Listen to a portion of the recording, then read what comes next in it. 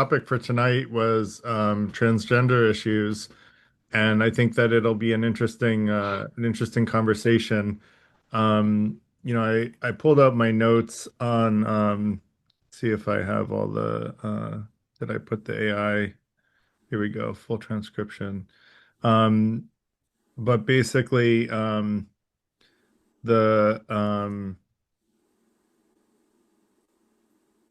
the I would be curious to hear because I guess like I could do a quick summary of some of the slides from the presentation, but I'll be curious to hear sort of why Trump supporters are sort of not for. I think really the main question around trans issues, as I understand it, is around like gender affirming care and whether or not like minors should be able to get gender affirming care, but then there's also trans issues around adults. And I think the presentation I did was mostly around, um, you know, uh, children about whether or not they should get gender affirming care. And also talking about the number of people that are actually getting this type of care, which is extremely small. It's only 1% of the population that is transgender.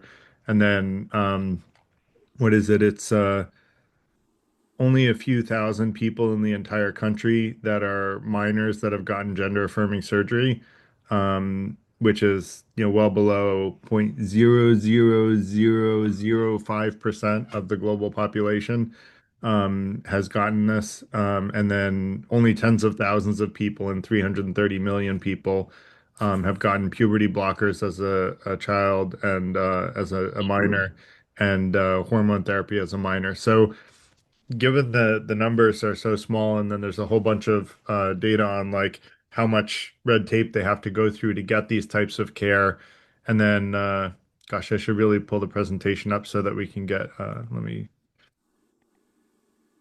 get the presentation up, and then we'll go through a few facts, and then we can let the Trump supporters kind of dispute that, um, as I'm sure they will.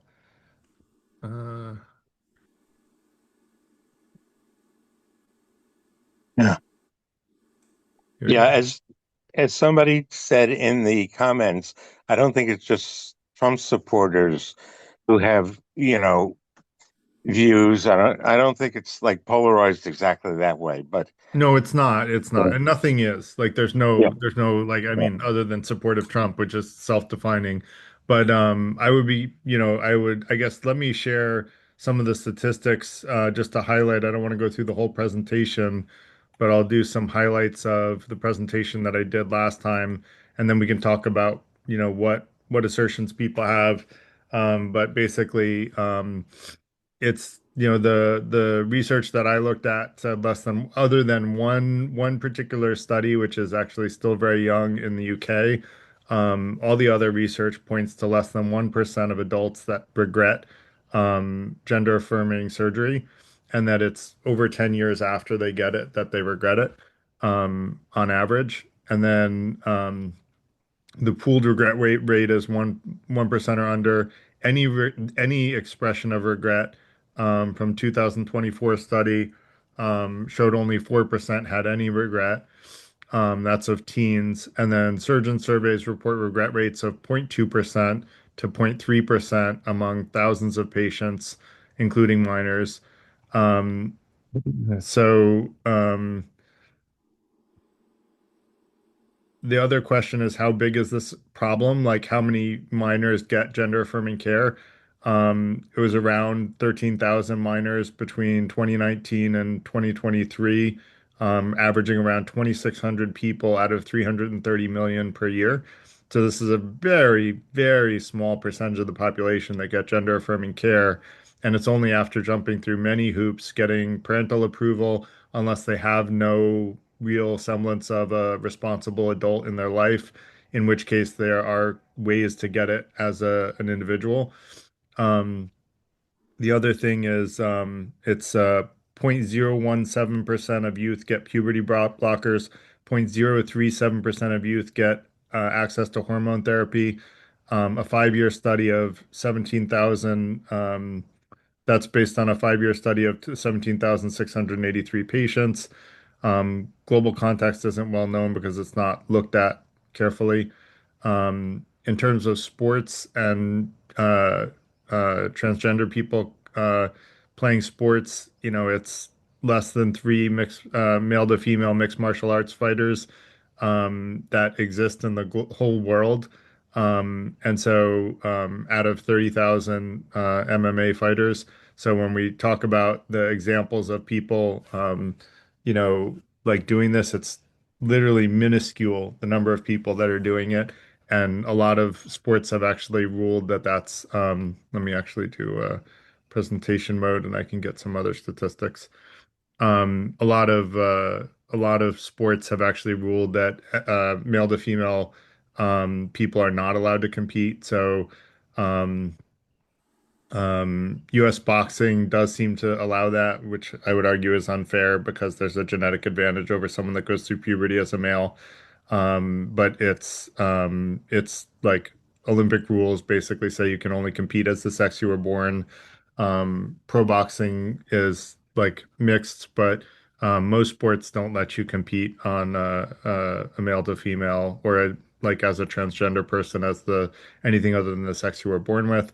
But let's try to get a couple more statistics. Only 0.5% of transgender people, which is remember transgender is 0.5 to 1% of the population, which means about 12.5 thousand trans people get care without parental consent. So we're talking again about a minuscule, very small percentage of the population. We also went through another time the very high suicide rates of transgender people, and the let's see. Here's the kicker slide for me was the effect of blocking 50% of trans people from therapy, which is the what's going on right now, where half of the transgender or half of the states are essentially blocking access to gender affirming care for youth. It's estimated, based on the research I did, that 27,000 trans people will die from suicide because they did not get gender affirming care. So that's literally like every year, 27,000 people will commit suicide because they didn't get gender affirming care. Whereas on the other side, where if you allowed 50% of trans people to get therapy, you would have 5,000 trans people that get surgery and regret it, but they made that decision. You would have 1,600 trans people with permanent effects as a minor who regret it, but that was their decision. You would have three trans mixed martial artist competitors globally, which is very preventable. Just change the rules and make it, illegal to have people compete against the sex that they weren't born with. And then you would have five trans boxers that have an edge, which again is preventable. We should just tell those sports that they shouldn't allow that. So really the only non-preventable thing, and this could probably be lowered with surgery, is that 6,600 people might regret the effects of gender affirming care later on, as opposed to 27,000 people taking their own lives. And when I see that comparison, it seems really obvious to me that gender affirming care is the right choice. Um, so, with that said, I want to open it up to dialogue. And Paul, go ahead. This is going to be difficult because the vast majority of stuff presented there, I think I disagree at a purely factual level in ways that I can prove. But I want to go ahead and start with this. There is a study on the number of women who were denied an abortion based on the new laws of the United States. This is a study showing excess births of women across the country in red states where it's banned. The total women impacted by the abortion laws is approximately 22,000 total. And I have that study and I can link it in the chat. There has been so much so much discussion, campaigning, anger, fury, marches, you name it, to protect those 22,000 women who couldn't get a bus ticket or have somebody take them to a state where it's legal, et cetera, et cetera, et cetera. And here you are presenting a theoretical 27,000 dead, not even people who are trans, people who have gender dysphoria. That's just the amount that you estimate, and I disagree with those completely, are dead at 27,000, which is more than all the women affected by the abortion laws. And you try to make the point that this is a very tiny minority, so it doesn't impact society that much. I find that extremely disingenuous, first of all. And again, I Oh, can link hold that on, hold study. on. Now, if you're going to make an assertion like that, you gotta give me a chance to respond. First of all, you're saying all my facts are wrong when all my sources are in the presentation. I will put them in here, and I highly recommend you actually read them before you say. I already have. I already have. Well, you're going to have to then provide Oh, your I will. evidence. I will. Don't Okay. worry. I'm So, very good at second this. of all, there's a big difference about abortion is legal pretty much everywhere in the world, practically. There's also no evidence that the Bible was against abortion. There's really no good reason to be against abortion whatsoever, other than in the third trimester where you could consider it murder. But there is no, and we did another event on abortion. First of all, I want to table the abortion thing because it's totally irrelevant to the topic. I'm not All I'm talking saying about is abortion. you did bring up abortion. Do you No, want to go back in the video I'm because you bringing brought up up, I'm, abortion? Garrett, listen, let me explain. I I'm understand you're bringing making a up, comparison about whether or not it's significant, but I'm saying if you have a choice between A and B, and choice A is killing 27,000 people, and choice B is that 6,600 of those people regret the decision that they made, it's a pretty obvious choice. Do you want to kill 27,000 people, or do you want or do you want to and have no one regret uh, getting affirmative care when they're young, or do you want 6,600 people to regret it? Garrett, And what was the point I made? between that choice, that's very simple choice. Your No, it's point not, is because saying that people are crying bloody murder you're over. you're way off the field. I made a very simple point, and that is you would talk about abortion, and most people here would talk about abortion till the cows come home. You would base campaigns on it. You would hold marches about it. When It you would be the say most you, important topic. Paul, I am not doing that. I had one event on abortion. We covered it. We never covered it again. But you agree that You're the one bringing it society up. approaches it. Garrett, you I agree that am not society society, approaches Paul. it. We're here as human I'm beings not talking to talking each about other. you specifically. Please stop talking over me. I will remove you if you continue to talk over me. I don't talk over you. We have that agreement with each other. Don't talk over me, Paul. We're just starting off here. I want to hear your perspective, but you can't keep talking over other people, whether it's me or anyone else in this room. Talking over people is rude. Understood? Can I get your commitment to not talk over I people? have that commitment, Garrett, but I expect it to go both ways. It does. You can be dubious, and when you call me out for talking over you, I apologize for it. You have made no apology. I always apologize when I do it. That's the difference between us. One of the many differences between us. Second of all, the choice here is very simple. It's kill 27,000 people through suicide or have 6,600 people regret gender affirming care as children. And that's what the research says. You're welcome to challenge that research. You can take my particular studies and try to make claims that it's inaccurate, but I think you're going to have a hard time with that. I just did it. This is a study showing objective measurements and not subjective measurements from people who have made a permanent decision in their lives and can't take it back. It's the issue of psychology where if you have no other way out, then supporting it mentally for yourself and for others is the way that you cope. And that's why self-reporting surveys reports a high satisfaction rate. However, if you look at insurance companies, which is about the coldest data you can find, the risk of suicide following physical transitioning is No, no, 15 no. I read times. this study. You just interrupted me, Yes, Garrett. go ahead. Go ahead, but finish, please. Is 15 times the suicide rate of people who did not physically transition. Are you done? Yes. So I read this study, and what it does is it compares people who transitioned to the average population, not to the trans population. That is an intellectually disingenuous comparison. It is unscientific, and this is a completely politically motivated study. It's nonsense. It is complete garbage and trash. I will go that far, and I have never made that kind of comment in this.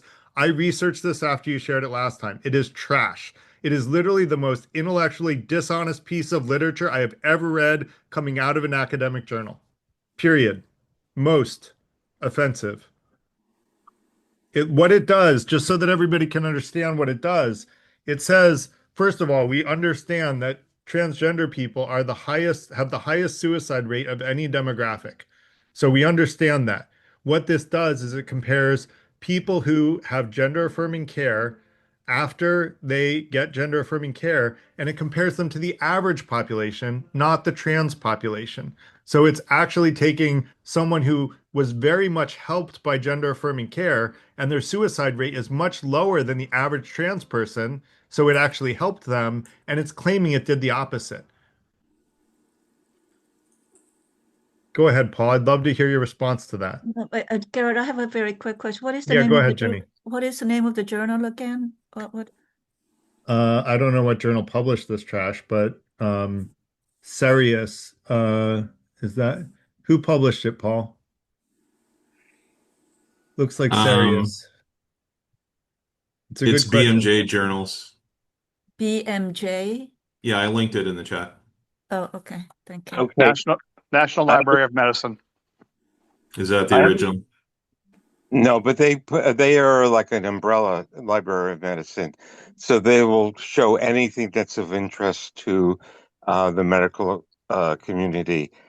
But the question I have, and I can't read these papers on the fly, I'm sorry, but I have a question for Garrett. Sure. Uh, we want to compare apples to apples, not Correct. apples to oranges. You presented a number before about suicides in states where gender affirming uh, rate, blah, blah, blah, for youth is not permitted. And then there's another number.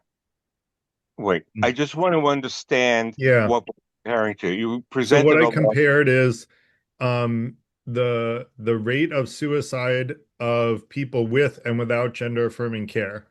And then I Okay, extrapolated it between the states that do not allow gender affirming care and the ones who do. And so I okay, am comparing apples to apples, unlike Paul's okay, fine, fine, fine. quote unquote But research here. there's something that I missed. Now I Yeah, it's know you. because I didn't say it, Gene. I'm glad you asked the question because it is a very apples to apples comparison, very Okay, intellectually genuous. can we Um, slow down? Can we slow down, Go ahead. please? Okay, I have a very simple question. Sure. Okay, I know that the 6,500 that you talked about, I understand where that number comes from. I understand what it means. It's not okay. The number that you said, it was like I don't have it in front of me. It was something. 27,000. How many? 20? 27,000. Okay, that is suicides Right. of these are young. These are people who had who were denied surgery or Right. denied whatever. Do This we is an have a estimate. number? Do we This have is a number for people who were allowed suicide, allowed No, I surgery? don't think I'm explaining this clearly. So what I did is I took the percentage rate of suicide in one's lifetime if they do get gender affirming care versus if they don't get gender affirming care. And what are those two numbers? Is I'd have to go back into my chat to look it up, but 27 the difference, or is 27? let me finish explaining so that you can Okay, understand what the fine. number is. I took the difference in percentage of suicide rate between people who do and do not get gender affirming care. And then I took the number of people that would be blocked from gender affirming care in the half of the states that are blocking it. And then I said, if those people don't get gender affirming care, what, how many deaths will result every year over, because of course the suicide happens once in a lifetime at most. So how many deaths will happen in someone's lifetime? And then I extrapolated that to an annual number. So Okay, there can was a we? bunch of data and research that went into doing that I to make it a very understand. strict apples to apples I comparison. understand. So, again, I don't have all the materials in front of me, and after this session, I'd like to go back and look at these numbers Yeah. and look at all the controls that were done. If, obviously you can't always do controls. Of course, some states have different kinds of other things going on beside the laws regarding gender affirming care. But I'd like to look at so is there a document? You showed a chart and I read that chart. Is there a document behind that somewhere that I can look at? I'm sorry. Go ahead. I'm talking to my daughter. Sorry. I'd Okay. like to finish on my original study, please. Okay. But before we go ahead, I'm just a little confused about what Garrett presented, and I would like to not take up any more time. If I go to the chat, will I see your document? I Where can can I put my find it? document in the chat. Okay. A link to it. I don't want to see the whole document. Well, Uh, this but is a you link to the also have document. the supporting documentation behind it somewhere. It should be in the I don't know if it's in the Okay, you could do it it should be afterwards. in the notes. Yeah, I don't want to. I don't want to take any more time, but I would Yeah, like to see the a full little bit transcript of. with the AIs that I did research on, and the sources that they provide is in the last link, in the link to the last slide or the notes to the last slide. Okay, I'm done for now. Afterwards, I'm going to look at it, and if I have questions, I'll post it in the Discord. But Thanks, thank Shane. you for the time. Yep, Bye. go ahead, Paul. The Um, well-known statistic of transgenders committing suicide against the general public is only 8 to 10 times. If you have data that says the suicide risk, absolute suicide risk, based on the most coldest statistical data possible, says the risk is 12 times, you obviously have a data set which indicates surgical transitioning is more harmful than the general population of transgenders committing suicide. When you dismiss this study, you're dismissing it out of hand, not realizing the controls are already known. No, I disagree. Like the people who were being studied may not be the average transgender suicide rates. So, I don't think like first of all, why would you ever make a comparison? Supposing that they knew those differences, why would you ever make a comparison to the average population from the transgender population? Why would anyone even do that? Why does that even make sense? That's not an apples to apples comparison. My guess is that since you're dealing with insurance companies, they have data on transition since they probably had to pay for it, and they have data on suicides. That led them to reach the conclusion that transgenders who have physically transitioned have a 12 times greater risk than the general population, which is worse than the general risk of a transgender in the general population, which is 8 to 10 times.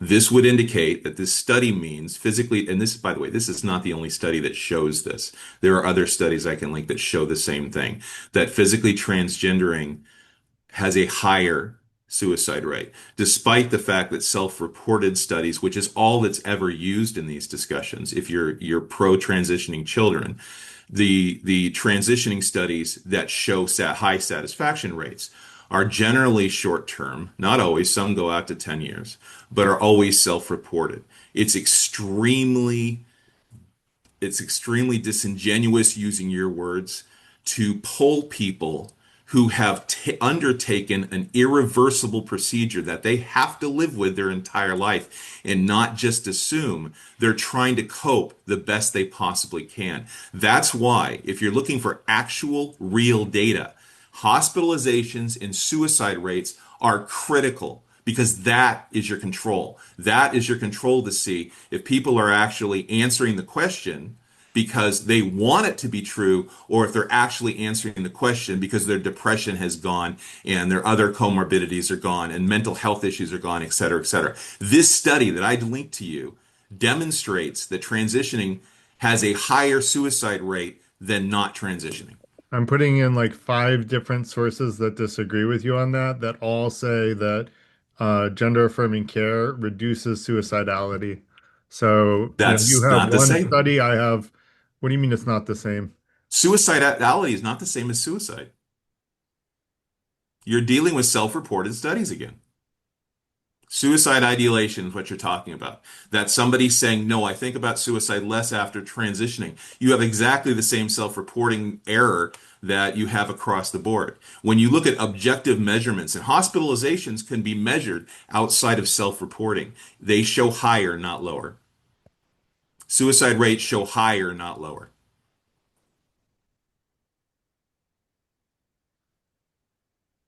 Well, you also have the situation where you're selecting for people who felt so uncomfortable with the gender that they got gender affirming care in the first place. So you're dealing with a very specific subset of the transgender community that are being polled in your scenario. And Well, again, there's a selection bias, sure. there's a selection bias. So let's go to Kate, and I'm going to look up the actual suicide rates of people who did and did not get gender affirming care that are transgender. Okay. I'm gonna try to stay composed. Um, so when we are discussing this suicide rate thing and suicidality, um, in my opinion, yes, it does matter. But if we are going to argue about, um, hmm, if we're going to argue whether the suicide rates are higher for people who have not transitioned and for the people who have transitioned, suicide rates are high for both because of people like you, Paul. Because Uh, of people, Is that a personal attack? No, it it's is not a personal attack. It Blaming is people like me for suicides. Okay, I get it. because just your hear her out. opinion is so strong. Your opinion and people who share your opinion is so strong on trans people when this does not affect you personally. And I get it. We're all here to talk about this because we care about it. But them being trans does not affect you personally. The only people that affects is themselves. And Can I also, respond? hold on. Also, your attitude immediately coming into this, just talking to Garrett was really condescending. And I get that we're here to discuss, and I believe that this is a debate, but you can also have a civilized debate without having to be sassy about it. You can respond. All right, I'll respond. Um, it does affect me Why? to an extreme level. Well, because unlike you, I imagine, I can't say for sure, but unlike you, I have a 14-year-old daughter. And because I strongly believe that a female to male transition rate going from practically zero to being more than boys and then falling back again when it became out of vogue strongly indicates this is a social contagion. Having a 14-year-old daughter under my care means it impacts me greatly, much greater than somebody who doesn't have a direct family member who might be harmed if indeed this is a social contagion. Is your family, is So your, just if I could jump in there, Kate, is your daughter able to get gender affirming care without your permission, Paul? I'm in California. Of course she can. No, not without your no, permission and without a court agreeing that you're not competent to judge.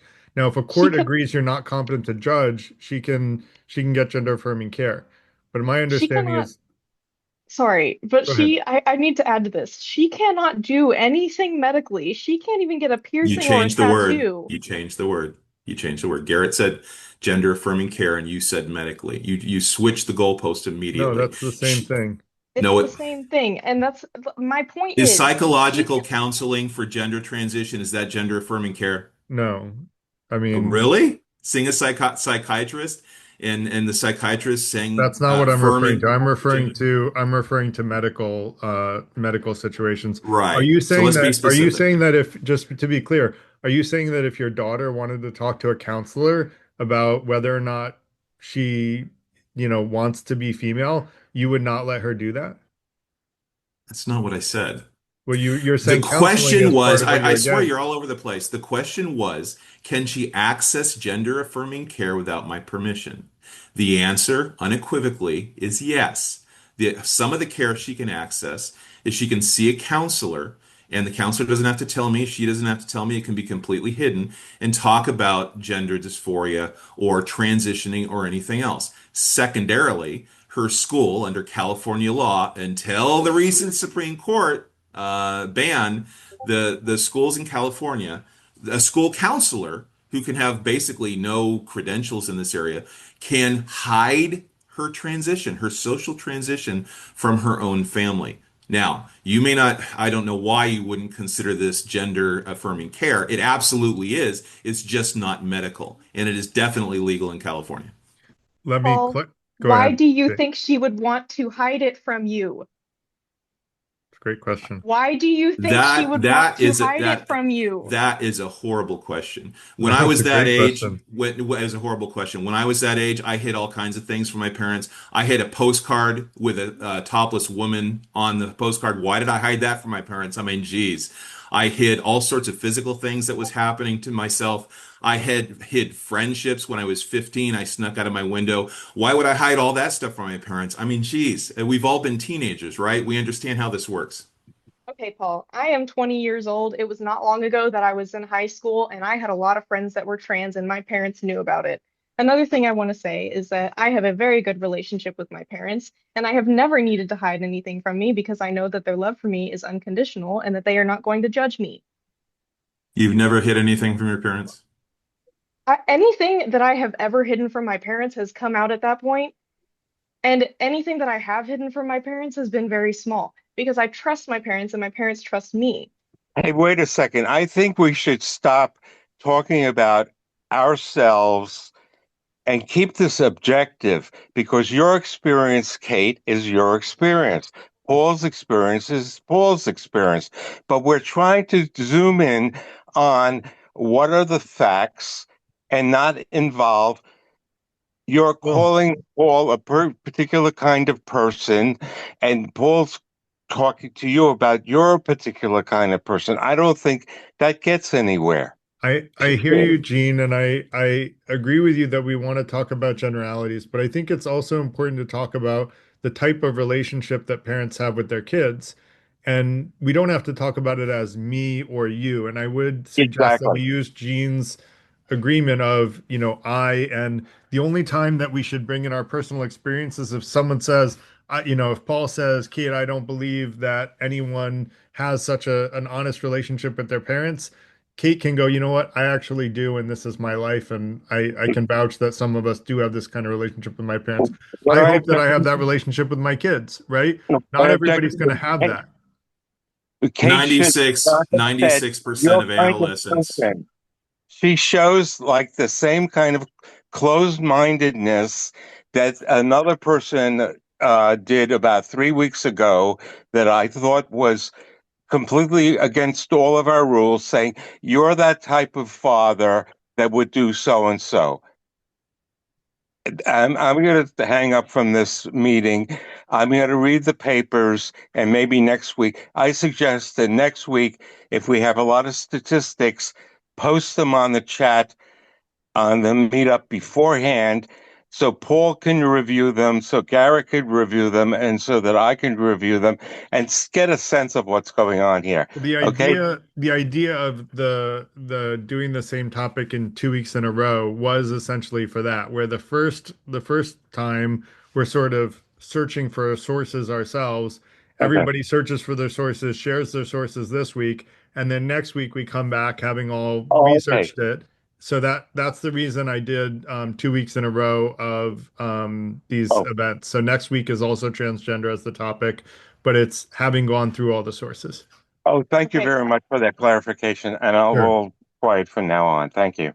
I No, okay. can't no, believe I good have to do comments, Gene. this. I can't believe I have to do this, but 96% of adolescents hide things from their parents. I get attacked for saying something that's common knowledge. No, Geez I Louise. agree with you, Paul. I think most adolescents hide. I mean, we all hide something, and even Kate said she hides things from her parents too. We all hide some stuff from our parents in adolescent years, teenage years. I agree with that. I want to distinguish between the two types of gender affirming care. There's medical gender affirming care and non-medical gender affirming care or counseling. The counseling is legal for children minors to get, and the parents don't have to know about it. I think that's a good thing personally. We can debate whether or not that's good or bad. I think Paul would disagree that that's a good thing. I think it's good for kids to be able to have a third party if their parents are not open to them expressing themselves for who they are. They should be able to have someone that they can talk with about their problems that will accept them for who they feel like they are and for their genuine persona. I do think, though, that it's clear, and hopefully, Paul, you agree, that medical gender affirming care is not legal without a parent's consent. That's usually correct. I don't know of any Um, exceptions, but in There, California, you need parental there are acceptance. exceptions when the child doesn't have a parent or guardian that's deemed responsible, meaning they're more or less an independent, a child without a guardian, like without a responsible parent or guardian. Go ahead, Kate.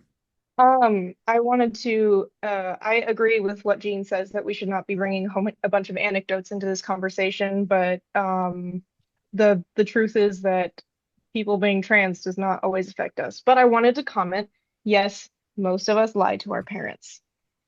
What the gravity of this situation is, and I'm going to use this without mentioning you or me, I'm going to do my best to do that.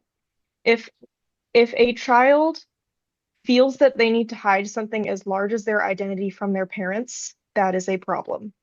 Because your identity should be something that you can easily share with your parents. And I'm going to quickly add in an anecdote because this is my own personal situation and this is a part of the conversation with LGBTQ issues. I myself am bisexual and it took me time to be comfortable, but I was able to come out to my parents. And that is because I trust them with knowing the truth of my identity. And that is important. It is important for a child to feel comfortable sharing something, I will say it again, something as big as their identity with their parents. They should not feel like they have to hide that for forever. They are allowed to talk to a counselor about it, to go about the situation, because even though I love and trust my parents and I know that they love me no matter what and are not going to judge me, I still needed time to decide how I was going to do that. So I did keep that from them for a while because I wanted to make sure that I was going to do it at the right time. And that is all I have to say. Thank you, Kate. 70% of adolescents who have gender dysphoria also have another mental illness. And what that means is that if the child is hiding it, or if the school is assisting the child from hiding it, or the doctor is assisting the child from hiding it, it's very likely one of these other major problems that will be missed by the parents and the child will go undiagnosed. There are horrendous problems. If you read the Supreme Court decision, which just came out, they said the person most invested in the health and well-being of the child is not the counselor. It's not the psychiatrist at the hospital. It's the parents. And it must presume to be the parents in all cases, to be the person, the people who care about that child more than any other source. You have to affirmatively prove that a parent is incapable of providing care and not simply assume it unless proven otherwise. That's ridiculous. Anyway, I'm glad the Supreme Court came down on the right side. Go ahead, Luann. You're on mute. Yeah, okay. First of all, yes, one of the things we have is children are young. They need time to learn to make decisions, and the parents make decisions for them. And there are people, there are children who desperately want to get vaccinations, and when they get to legal age, they go and get those vaccinations because their parents have prevented them from getting vaccinations. So, yes, we have a system that gives the parents a lot of power over the decisions that children make. But these are not necessarily mean that parents make good decisions for their kids. There just is no logical connection. And the other thing is that I think that there is, and I would have to look up the studies. I don't mean those strange things that the turfs in England are backing. There is some evidence that there may be some, kind of, societal thing to do with this becoming, very talked about and people being interested in this. But it's relatively small, and we're already talking about a relatively small group of people. And we absolutely know that throughout history and prehistory, there have been people, there have been intersex people, there have been people who have been transgender, there have been societies that have made comfortable allowances for this. So this is not new. It is not going to not happen if we don't deal with this in a head-on fashion. If you pretend your child who your transgender child is not transgender, or if you want to pretend that this isn't true, it isn't going to make it true. It isn't going to, it isn't going to change anything. This isn't something that the parent has a lot of control over. So it's something that if it comes up, somebody should deal with it. Yeah, I'm curious, Paul, to what Luann said about this being something that's been documented throughout history. Paul, would you agree that being transgender is natural and that it's okay for someone to be transgender? It's perfectly okay for an adult to do whatever modifications he or she wants in order to express their gender identity. I have no problem with that. I'm a liberal and I'm fine with anybody being transgender and participating in society. My only restriction when it comes to transgender people in our society is they don't try to double the amount of basic rights that everybody else has. And I know this is probably something you haven't heard before, but a biological male who transitions to female has the choice of two bathrooms, has the choice of two prisons, has the choice of two sports. I don't agree with that. I think that we should limit certain things, not everything, but certain things to biological sex and not gender. But as far as my agreement that they should be respected, treated as individuals, and given all the rights that everybody else has, absolutely true. But you cross the line when you start advocating any kind of transition, even social transitioning to children. There is ample scientific evidence that if you simply leave the child alone, you don't affirm anything, most of those children end up uh, going back to their biological identity. And unless you start affirming that the trans identity, in which case they tend to hang on to that and then take steps to identify that way physically in ways that are dangerous. So you have to separate the two between children and adults. Can So you yeah, can you can I you have no cite problem. can you cite the study that says that most children, when they have gender dysphoria, go back to their original birth sex? Absolutely. Cool. I'd like There's to read more than that. one. Well, give the best one or all of them, whatever you prefer. Um, Jenny, go ahead. Oh, and I do want to just quickly say, uh, transgender people don't have double the rights. They can't play most professional sports. Almost all professional sports say that transgender people can't play with their preferred gender. It's only a few random ones that allow, not random, but violent ones that actually allow it, and probably because they make more money when they get bigger spectacles. But but yeah, Jenny, go ahead.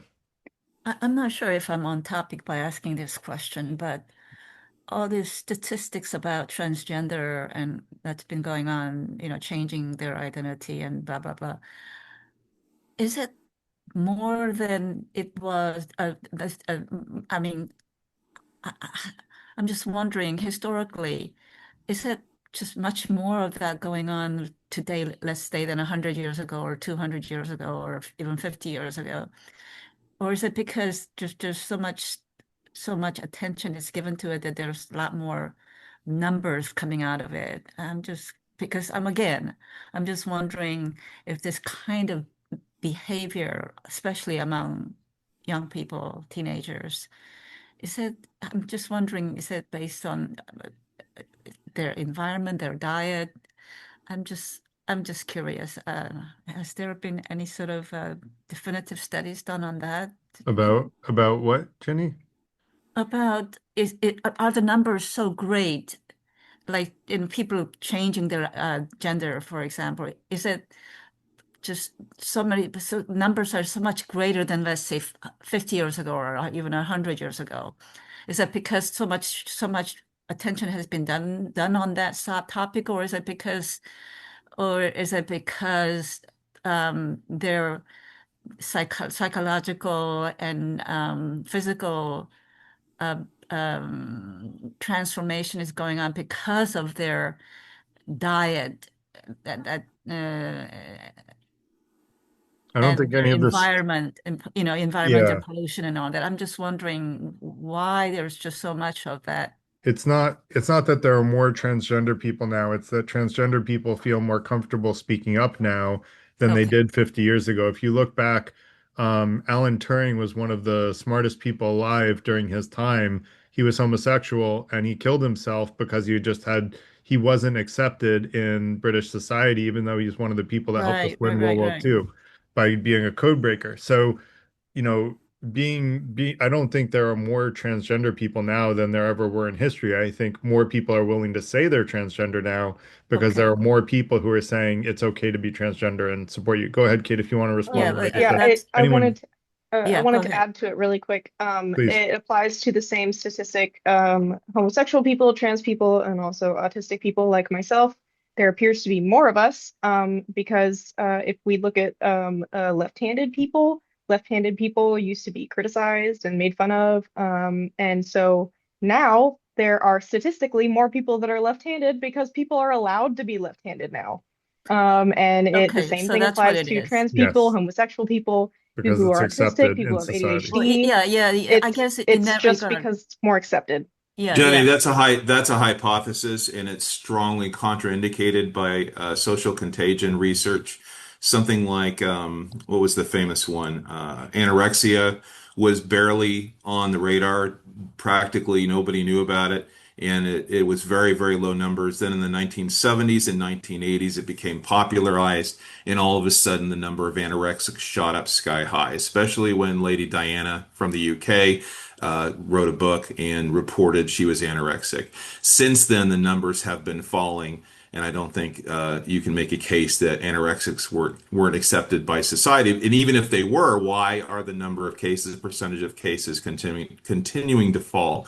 The other strong argument that that is true, that is against that is not true, is the fact that prior to 2000, the number of biological girls who had gender dysphoria was a small fraction of boys. When it was boys, yeah, five times is saying, I think it's six times, whatever. Then, around 2014, as this started to hit the media, people started talking about it, the number of girls shot up so sharply that it exceeded the number of boys identifying with gender dysphoria. If you're dealing with one society and one way of treating, and by the way, I think girls get more deference than boys do, there's no explanation of our society at large creating such a negative culture prior to a certain point and then seeing it removed suddenly and then girls skyrocketing and they all identify as trans, not all obviously, but they identify as transgender or they have gender dysphoria, and now Trump's president, and they're starting to drift back down. The people self-identifying with gender dysphoria is starting to drift back down. So there's very strong evidence as a social contagion, and that it is not actually society discriminating against these people, especially in the last 26 years to 2000, when society has been hyper approving of basically everything and everybody. It's taught in schools, it's university, there's laws, there's rules. Obama introduced DEI. I mean, so don't these you're getting one opinion, but there's a very strong case for the other opinion. So the first study that you cited measured children at age 7.5, Paul, which is earlier than they're able to get, even with all permissions, gender affirming medical care. So I'm looking at the studies uh, for age 13 plus, which is when they can start to get gender affirming medical care. And actually, I'll get come back to that, but we have a bunch of hands up, so I'll get some studies on that metric. Will, go ahead. Thanks, Garrett. Yeah, I was just thinking, I mean, I don't know the statistics like you guys seem to know the statistics really well, and I don't know that. But what I do know is that gender dysmorphia is real, obviously. I don't think anyone here is contending that. And it's more prevalent than was previously known. It's the highest rate of suicide in any demographic, I think, worldwide. Adolescent gender dysmorphic youth. And and that's so sad.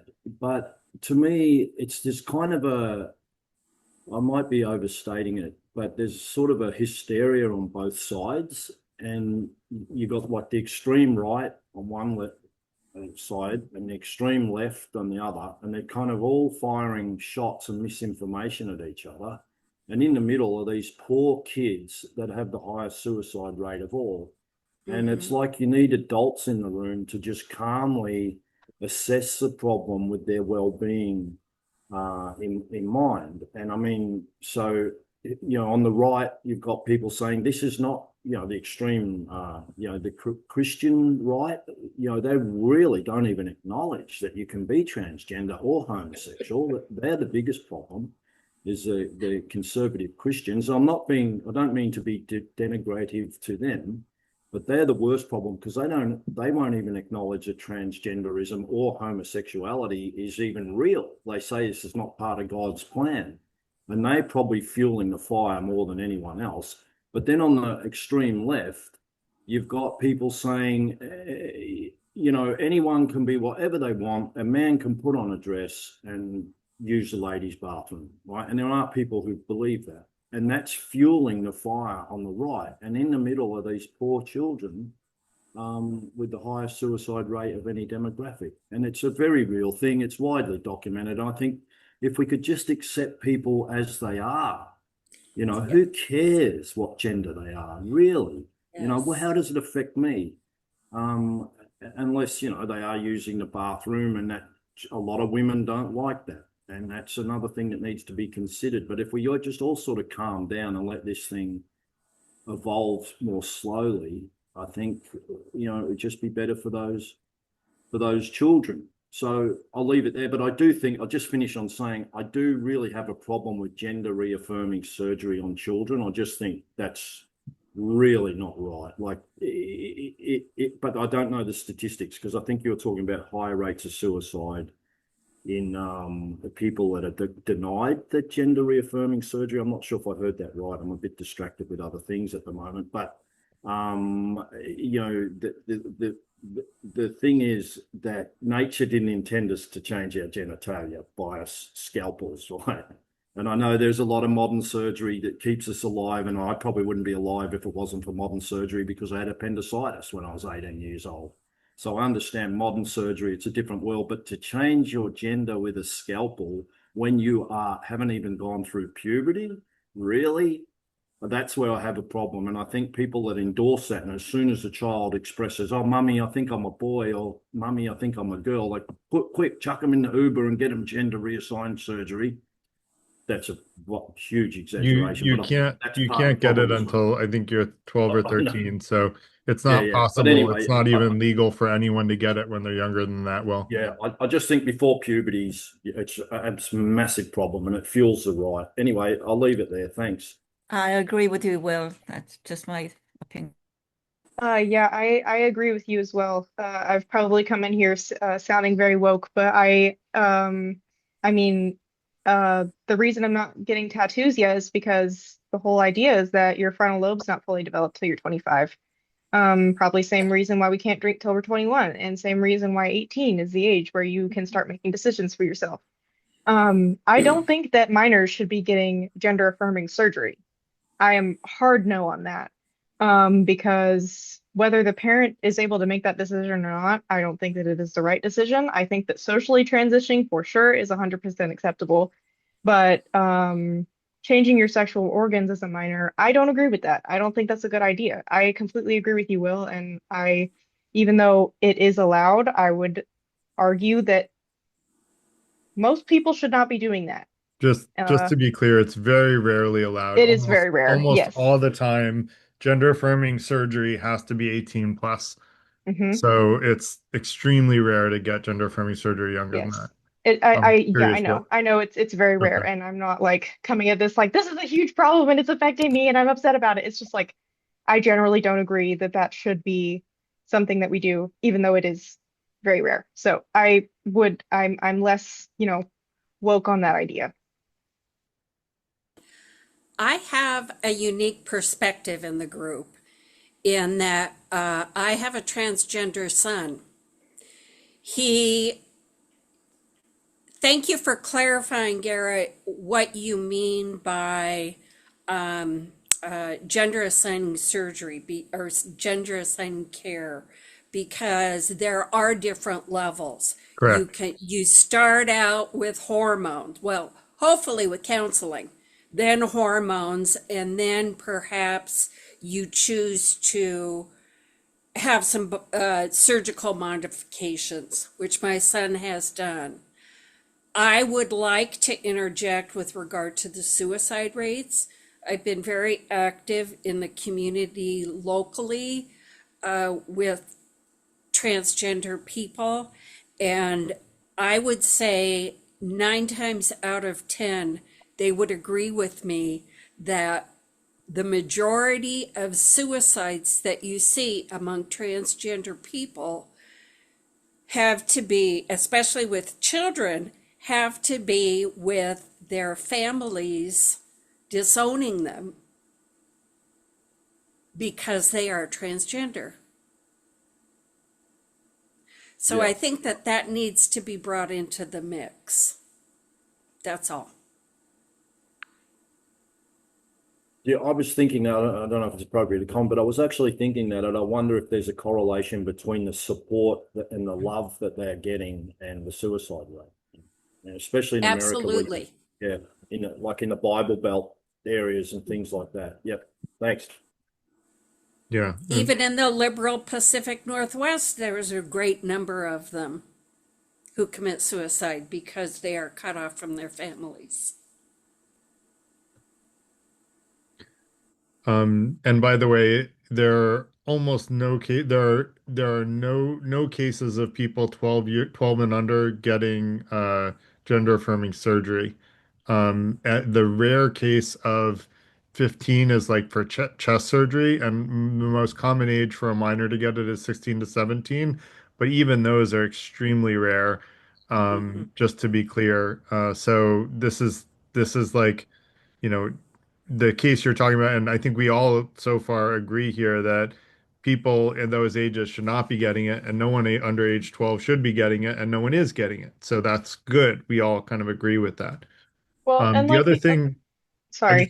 I just want to mention that during this portion of the conversation, like when someone has their hand up, they get to start a new topic or ask a new question or basically start a new topic. When you want to respond to what anyone just said, you're always welcome once they finish talking to just jump in. So I just want everyone to feel welcome to jump in to the conversation. You just need to speak up when someone stops talking. The other thing too, about chest surgery is that that is much more reversible than sex change.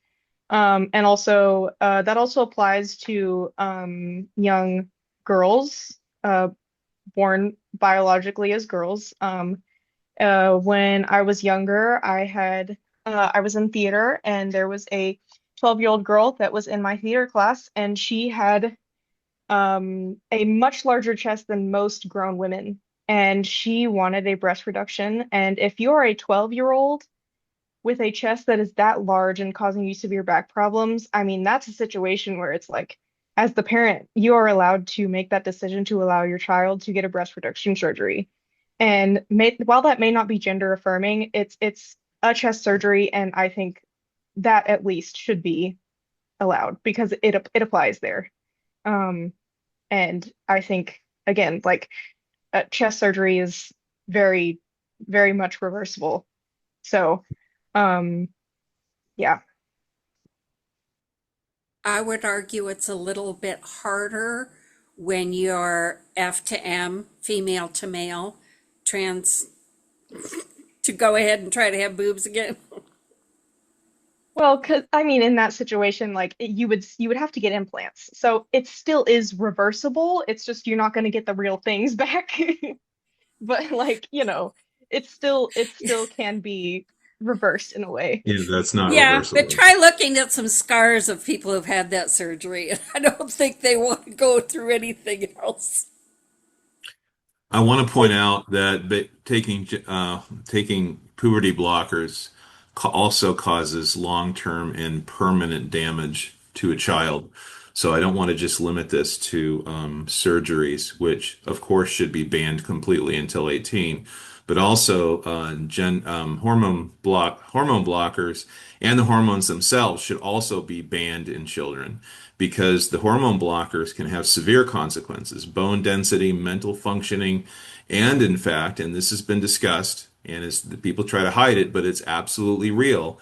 If you start hormone blockers too early, the child will lose the ability to orgasm for a lifetime. This isn't controversial, and you can actually find videos discussing this on the internet among people who are pro-transition. You should not allow puberty blockers ever, which is also chemical castration. That's where we got these drugs from. And it should be banned until a person is legally able to make those decisions for him or herself. That is the stance that causes 27,000 people a year to commit suicide, by the way. I Um, completely disagree with that number. I think it's I knew fake. you would, but you have to actually go through the chat and the estimates that are given and come up with alternatives that have a more solid ground to stand on that come up with different estimates. So you'll have to provide your source, and so far I haven't been super impressed with your sources. So, I already um, gave a great source. hmm. Well, some of Garrett, this is you have to really look at what you're looking at. I mean, you cited anorexia, and I don't know if those statistics are true, but I do know that there was be a period when people became aware of this, and Mhm. the society has really gathered together and made changes in how people are supported when they have this problem. It is something that we are being successful in countering, which is one reason why there will be fewer of them. This is not necessarily, this isn't the same as being transgender. And I, the other thing I have to say is another topic, so I'll raise my hand. So um, current studies, Paul, it seems like say that most people later report normal sexual function and ability to orgasm, and that there are no clear long-term studies. So if you can find a clear long-term study on who can orgasm and who can't, and what percentage of people lose that ability, I'd love to see you put that in the chat. The word most is doing a lot of work in that sentence. And there are still parents who do give a child hormone blockers, which does result in a lifetime inability to orgasm. And again, it's not controversial. I don't know why you're making it sound controversial. I think most, which means a minority, don't lose that ability is not good enough. Well, you would have to cite a percentage that lose I it. will. Yeah. Well, So no. cite a percentage that lose it because right now, so far as I understand, there's nobody that knows that percentage. You're just talking about anecdotes of people who have lost it, which sure, there are people who have lost it. But I guess if I had the choice between, ending up committing suicide or ending up not being able to orgasm, I would certainly rather not be able to orgasm than commit suicide. So, those are kind of the percentages are what have to be lined up between those two choices. I want to point out that the lawsuit that has been won and the trail of lawsuits that are coming up, that's always the justification for a child under the age of 18 receiving top surgery or some other dysfunction is that the doctor tells them, do you want your child to die? And this is Chloe Cole, and she's in California. She's leading a campaign. She says that's exactly what the doctor said, that if we don't transition her, then she will die by suicide. So I don't find that compelling at all. And actually, I've seen plenty of other studies saying that transitioning makes things worse, almost in every case. My best friend's daughter transitioned, and she's made it quite clear with her new boyfriend that she orgasms. Mostly, And my, I think, and my I best think this. friends heard it. Yeah, well, that's fine, but I think the studies show that it's males that lose the ability. That's the thing with testosterone, and that's what a girl would take in order to transition to a boy, is that testosterone actually does the opposite. It increases your ability to orgasm. It actually increases certain body attributes, and it does make it easier. So I'm not talking about girls who are transitioning to males, men, whatever. But it is real and it is discussed and there is literature and I'll find it. I'll like the other thing. I got 4 studies up on desistance, what they call, where people, if children are left alone, including from 12 to 17, the majority go back to identifying as their biological gender. I've got 4 studies now that all show the same thing. I You'll don't have think to there's show me anything the to ones from this. 12 to 17 because It's the last all one I the, linked. It's there. where is No, it? I'd like to ask Paul a question about something that Kate said. Kate brought up, it's not transgender. Sorry, I was trying to understand parental controls and the likes.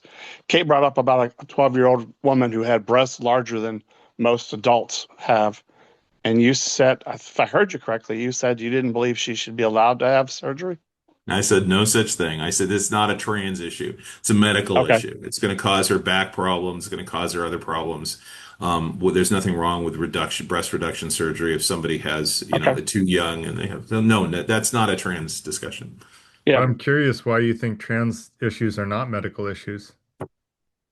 Oh, trans issues are absolutely medical issues, of Okay. course. I'm just saying Okay. that's not the topic. It's off Okay. topic. Got it. Go ahead, Kate. Yeah, I will say it was off topic, but it was, we were talking about breast surgery, so I wanted to bring it up. Anyway, Garrett, I wanted to ask if I was the next person with my hand up You because are. I'm in my top left. Okay, good. Because I wanted to talk. This is actually what I originally wanted to talk about, but we were talking about other things, and I wanted to talk about those. I want to talk about hormones and birth control because here, okay, let me just so. I'm gonna try to say what I can without being interrupted. Hopefully, I'm not interrupted because I want to get out everything first. Um, so minors are allowed to go on birth control. Those are hormones, pills, injections. Also, minors are allowed to get IUDs, and this is a less common thing known about IUDs. Not that this is completely detrimental, but I considered getting an IUD, but my doctor said, since you have not had kids, that's not a good idea. Because if you are a person with a uterus and you would like to get an IUD and you have not had a child, there's a very high chance that your body will cramp it out. And minors are allowed to get IUDs. And after learning that, I'm like, I'm not so sure that minors should be allowed to get IUDs because most minors have not had children. Most people do not have children until they are adults. And I think with the severe pain that can cause a lot of people, it can probably, I don't know this for sure, but I would imagine it can also cause scarring and things. I don't know that IUDs should be allowed for minors because of that reason. That's not good to have those kinds of, I'll let you talk in just a second, Luann. That's not good to have those kinds of, that's excruciating. I have had my own not fertility, but reproductive health issues and have had very painful experiences passing a decidual cast, and that already was extremely painful and it lasted a day. I can't even imagine the pain from cramping out an IUD, and I don't think a child should be allowed to go through that. Um, what was the other thing I wanted to say? Depo-Provera. This I have not fact checked this, but my friend who is a nurse told me this that Depo-Provera is the birth control shot, and it is often given to men to stop their sex drive because they are rapists. Because Depo-Provera actually completely cuts off your sex drive. I got on Depo-Provera at the age of 17. So if we're worried about cutting off our sex drives and chemical castration, maybe I should not have been allowed to get on Depo-Provera, even though it benefited me in a lot of ways. And it also completely stops my period. And it does that for most people. So if we're so worried about hormones and sex drives and orgasms, then maybe we should stop allowing a lot of these things, even though birth control helps so many young people, so many young women, young people with uteruses, whatever you want to say, um, with pain, um, with tons of reproductive health issues, most commonly pain, and it also prevents us from getting pregnant when we're too young, which also causes a lot of hormonal issues. Female hormones are extremely complicated, and we take pills for our hormones, pills with hormones to help us. And so I don't know if anybody would agree that that should be a part of the conversation, but I wanted to bring it up because, in my opinion, I think it should be. Thanks, Kate. Luann, did you want to comment directly on that? Yeah, I was just going to say that first of all, I assumed that you wouldn't get an IUD unless you had had a child. But I don't think it's a matter of minors shouldn't be allowed these things. I would say that an IUD probably shouldn't be given to somebody who hasn't had a child. And Depo-Provera has a lot of issues. And yes, I think that some of this stems from the fact that we actually live in a very patriarchal society. And it's a patriarchal society that has a lot of very specific ideas of how it controls people.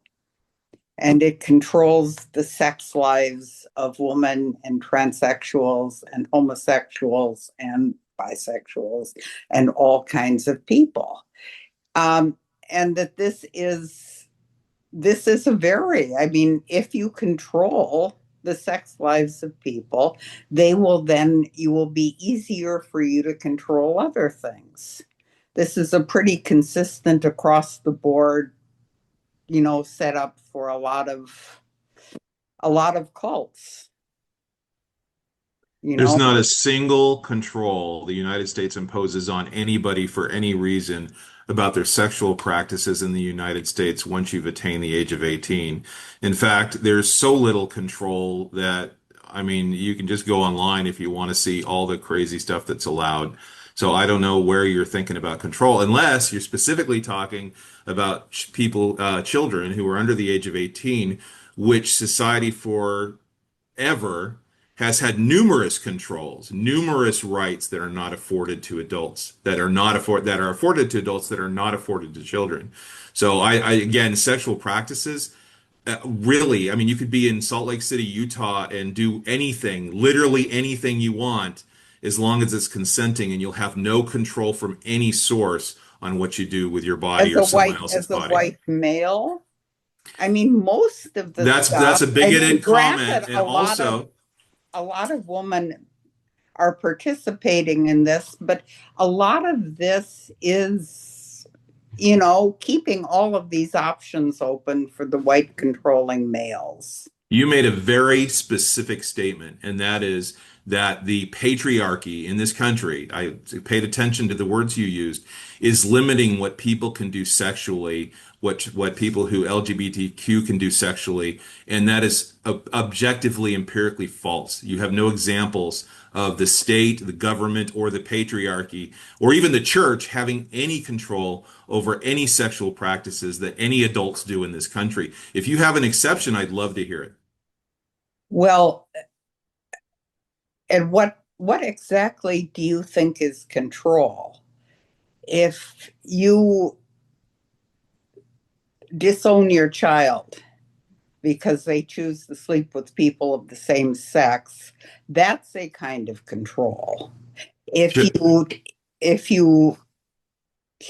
you tell your wife that your wife can't go on birth control or can't get an abortion because then you will leave them because, I mean, all of that kind of thing is control, and that's how it works.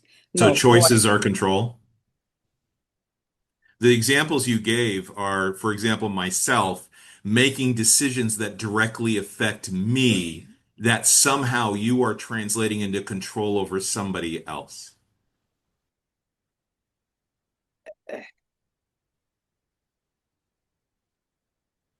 Well, I'll I just come out mean, and say it. I think the whole patriarchy concept is pure nonsense. I think we live in a society that's custom made for women, for the rights of women.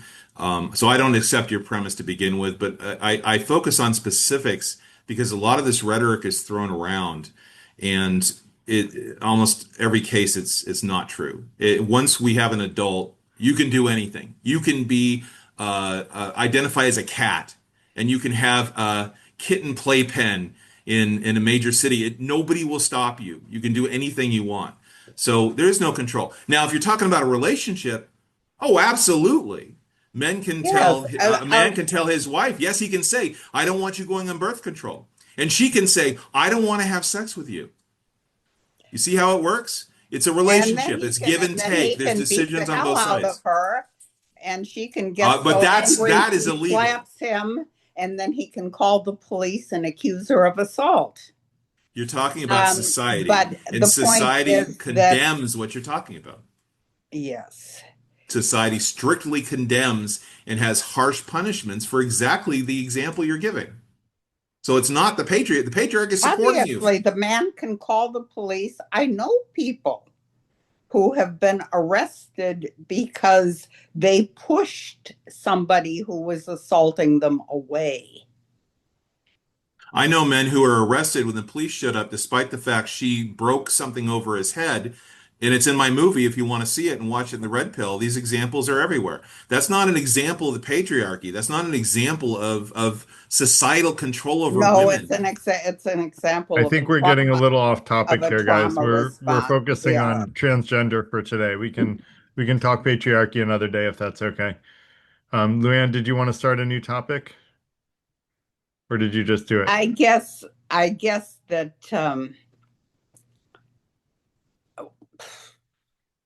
no, I guess I had. I'm Okay, sort of that's blew fine. that out of my mind. We'll we'll let Jean go. Okay, just a very minor thing. Yes, Alan Turing was closeted, and I grew up in the 50s in New York City. Although New York City was extremely wide open, friendly to gays, there was still lots of people in the closet. And I'm sure in the 40s, in England, when it was against the law and it was patriarchal, blah, blah, blah, colonialism, he was in the closet and punished. But it's not very good evidence that he actually committed suicide. He was working with it's a cyanide as part. He was involved in some biological experiments. He had a cooker at home where some things were going on. The apple that they thought was a Snow White apple laced with cyanide, complete bullshit. So even though the coroner said it was suicide, there's very little facts that support that. Okay, that's all I have to say. I love this conversation. Kate, I'm sorry I attribute you to closed-mindedness before. You're not closed-minded. I like you a lot. I like Paul. I like Garrett and everybody else who spoke. So I'm going to be quiet for the rest. Oh, no, it's okay. I appreciate the apology, but I didn't it didn't affect me that much. I forgot who said it. So, but I appreciate the apology. Gene's a good man. So, Gene, thank you. I do want to go back to something. Paul cited a study that he said showed that gender dysphoria was reduced by teens that were of puberty age and later. Actually, most research says the opposite. And I looked up that study, and it turns out that what the study showed is that the exact same coding for gender dysphoria was not given 5 years later under the German codification, but actually there were five reasons given that someone could still have gender dysphoria and not have been coded by the same physician. They could have changed physicians. They could have stopped seeing the doctor for gender dysphoria so they weren't coded again. They could have used a different diagnostic code to cover the gender dysphoria, and a slightly different diagnostic code would have made them seem uncoded again for the same code. They could have completed transition treatment, in which case they wouldn't have been considered coded for the same thing again. They also could have just changed providers, or lastly, they could have actually resolved the issue. So there were actually a lot of other reasons that could have been given for the data that you saw, Paul, other than your hypothesis. Well, there's plenty of other evidence, and there's the Cass report, which I'm sure you'll say is discredited, but it's I'm only not going to say it's people. discredited. I'm going to say it's too early to say with the CAS report. Well, the U.S. Department of Health and Human Services, they published the same conclusion that there's no good data that it helps anybody to do hormone blockers and hormones Well, in minor children. we have So you've different. got, Go ahead. well, again, you're prejudging. Go I ahead. don't know if you've read it or not, but it has the same conclusion as the Cass report. Multiple nations, multiple very liberal nations, with particularly Scandinavia, are making that unavailable for children for exactly the same reason. They've concluded the same thing. This isn't, out there. This isn't radicals saying, "Oh no, you are actually blocking the saving of lives." There are very reputable sources, very reputable people saying there's no good evidence for this saving children, saving transgender individuals. The evidence simply isn't there. Even if you say it probably is there, we just haven't uncovered it, it's still experimental. We should not be dropping this wholesale on children across the country. Can you cite your source that Sweden and Finland don't have banned puberty blockers? Because I haven't seen any evidence of that. Um, so far as I know, they're still giving them to minors when appropriate. Again, very rarely. Just like in the US, it's very rare, but when it's appropriate, they do it. So I also would say we have different levels of support for having faith in our current administration's ability to come up with a meaningful and logical opinion about something. We currently have a health department that says that we shouldn't be vaccinating often, and that, well, I won't go into all of the other misunderstandings that our current administration has, but I will say that pardons are up for bid, and turns out if you have $1 to $3 million, you can buy a pardon from President Trump. That's not an administration whose officials I'm going to actually have a lot of faith in for putting out good science. And in fact, Paul, I would actually go so far as to say if the Trump administration said that, I'm more likely to believe the opposite is true, because the chances of them actually being right are lower than 50%. You asked me about Finland specifically, and I just did a quick pull up. And again, I use AI the same as you do. It said in Finland, you're not allowed to take puberty blockers unless it has been determined there are no comorbidities with mental health, which we know is 70% of gender dysphoria cases. So just that one hurdle by itself is going to eliminate most cases of gender dysphoria in children for use of puberty blockers. So I can go down the list. There's many other hoops, but you are technically correct that Finland will allow it. Extremely rare cases, as long as it's severe, as long as it's early childhood onset, which is also disputed. Um, no significant co-occurring mental health conditions. You have to address those. You have to have psychiatric Yeah, you do in conditions the US evaluated too. and treated. Well, that's not the way it's done here. It Absolutely is. not. Yeah, you can't get, okay. So show me an example of someone that got puberty blockers with no counseling. Chloe Cole got top surgery, not only puberty blockers, but top surgery. And she had significant comorbidities, mental health That's issues. She's not that's not currently, my that wasn't my you question. asked me for a person. You asked me for an I example. said with no counseling. She'll still say she had virtually no counseling if you read the court documents. Virtually no counseling means she got counseling, and Every she single is, counseling session was and what I you're said interrupting before. again. So virtually no counseling means she got counseling. And this is also probably someone who is now upset about the result of the surgery or the result of the puberty blockers, et cetera, et cetera. and may well just be trying to get the people who helped her in trouble or drank the Republican Kool-Aid. You'll have to give me the example of the person, and we can look up the situation together and try to seek truth together, Paul, if your goal is to seek truth. She wasn't Yeah, even an adult. She was 17 when she filed the suit. virtually no counseling is different from no counseling. And also, with her comorbidities that she could have developed, she could have had an undiagnosed autoimmune disease that the surgeon did not know about, and that could have caused the comorbidities and issues that she had, or maybe she did, and her surgeon just went for it. I mean, that's not her fault. So, Can you put the link in the chat for her situation, Paul? And then Luann, go ahead. You can speak up whenever someone else finishes.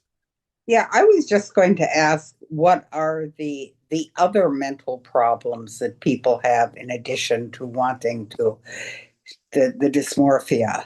Like if somebody is in fact, you know, not in their right gender and has been bullied and has or is probably, I mean, there is it depression?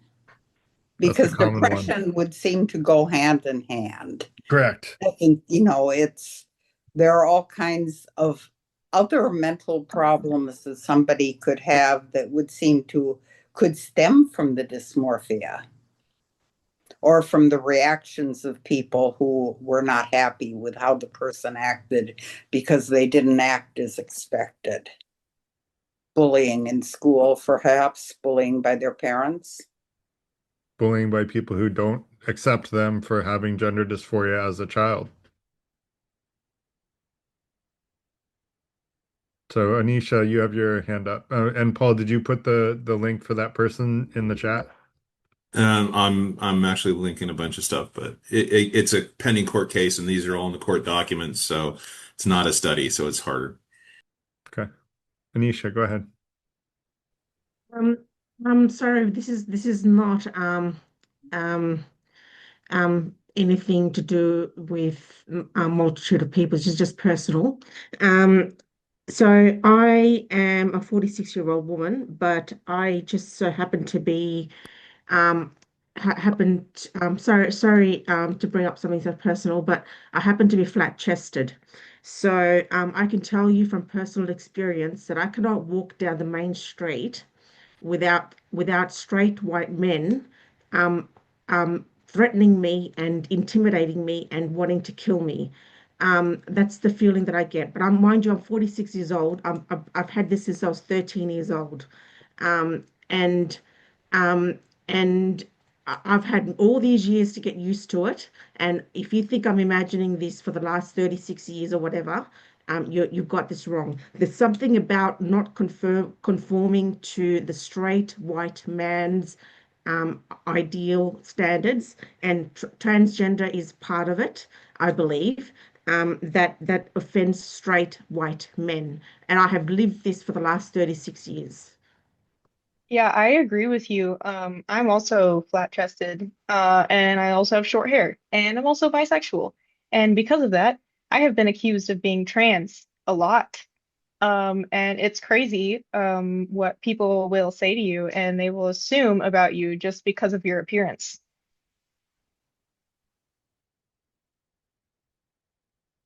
I guess I have to be the guy that says not all straight white guys feel that way. So I think it's important to, I like to say the only generalization that's safe to make is that generalizations are generally unsafe to make. And so I would just caution you to, remember to judge every individual as a human being because we are all human beings and we all get to come up with our own opinions and beliefs. I I agree with you that there are other men like you. I am one too. Um, Not uh, disputing that your but experience, yeah, Anisha. Yeah, not yeah, disputing your that's what I wanted to experience. add. Yeah, no, Yeah. I appreciate that, Stephen. And I think it's important to recognize that, um, like, there are a lot of straight white men who may follow into the stereotype that you're giving. It's just important for all of us to remember to judge people as people in the same way that those straight white men aren't judging you for you. You don't want to judge all straight white men for being the same way when we're not, if that makes sense.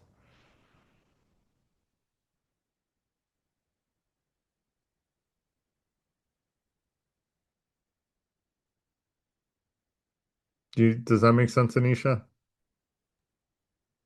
It does. I just wanted to point out that there is that hysteria that someone else mentioned. There is hysteria. Oh my God, the 1%. Oh my God, like Yeah. they're different. They're going to influence us. They're going to cajole us. Or it's not like that. They're their own people.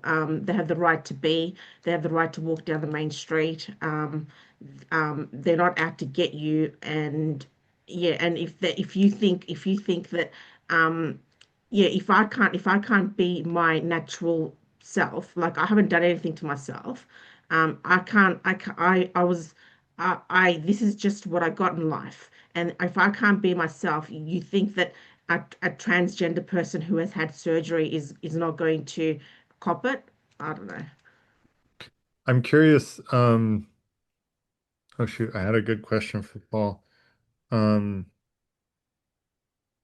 I lost it. Does anyone have Garrett, yeah, she go was ahead. diagnosed with gender dysphoria 1 month after presenting to a doctor. One single month. So do you have the It's case? all there. Okay. This, I may be It, wrong saying this, but and I'm open to correction, but I think you can I mean people can be diagnosed, of course this is a, it's still like a surgical issue, but people can be diagnosed with body dysmorphia right after talking to a therapist, or they can be diagnosed with depression, anxiety. I mean, mental health conditions can be diagnosed. I think the issue there is that she had started like medically transitioning so soon at such a young age. I mean, I wouldn't agree that that's a good thing, but I mean, I don't necessarily know that a diagnosis within 1 month is an issue because it could have also been, I mean, misdiagnoses happen all the time. She could have just had body dysmorphia rather than gender dysphoria because they're very similar, but they're also still two different things. it, identifying somebody with gender dysmorphia after a single month is malpractice. I don't know how anybody can argue it's not. And Oh, yet, this is definitely. California. This is California, where the pro-trans movement is so strong that virtually all the doctors and therapists and people involved in it, I would characterize as activists. If you read through, and this isn't the only court case, this is probably the most public court case, but if you read through the court documents, this is ubiquitous. You have somebody going in who claims that he or she has is the wrong gender, and they are extremely pro they transitioning. They say, yes, we can fix you right up. And in the closed case, and like I said before, the doctor told her parents, and she's only 12, she's 12 years old. The doctors told her parents, if you don't transition her, she's going to die. So that's a very weird situation. Like dysmorphia should not be it can't even be diagnosed unless it's been seen for at least 6 months. You can't make a formal diagnosis unless it's been seen for 6 months. So It's I it's I have a little trouble. I'm gonna download the document you sent to try to dig into it a little more, but that's the high level. it's Kaiser Permanente, which is the largest healthcare provider in California. I know who Kaiser is, but But good to tell everybody. I just want to say that I mean, this is not uncommon. There's attention deficit disorder. Apparently, there actually is a test for it, and it's an 8-hour test. Almost nobody that you run into, of the many millions and millions and millions of people who will say they have it and may well have symptoms, but almost none of, and they've been diagnosed and given medication, but they haven't been given the test. And some of them are given medication incorrectly. So, I mean, overall, this kind of thing happens a lot, and it can be bad for other people. The other thing is that we live in a very litigious society. So of course, you're going to find things like this, and you have to look at them carefully. This Um, person, what Yeah. you are going to get from the information from this court case is going to be something that makes her look good because she wants to win. She had a double mastectomy at age 15.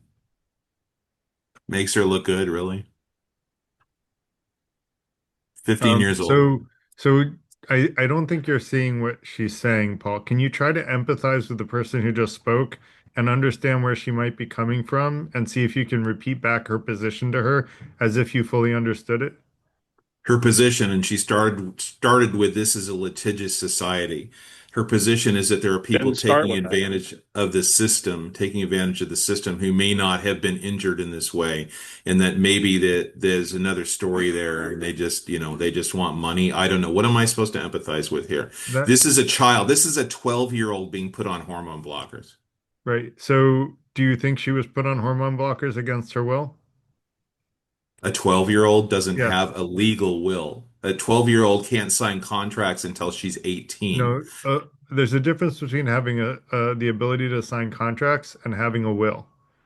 The question of whether or not she chose the decision, she made the decision to say that she wanted to do something or that she was a certain way, the story that she gave the doctor beforehand, I think what was being said is that maybe this 12-year-old child who's still a minor, apparently 17 now, but still a minor and still not legal. Maybe what is happening is that this child is actually distorting, potentially not even intentionally, but distorting what really happened, and what her perspective was throughout the whole thing in order to make herself look better in the court case. Is it possible that when there's potentially millions of dollars at stake, that she might be twisting what really happened? Well, first of all, I want to clarify this is years ago that she went public with this. I think she's over 18 now. Okay. Second of all, When the court case happened, though. the difference between me and you is that you seem to think what the 12-year-old is deciding is important to that person's well-being.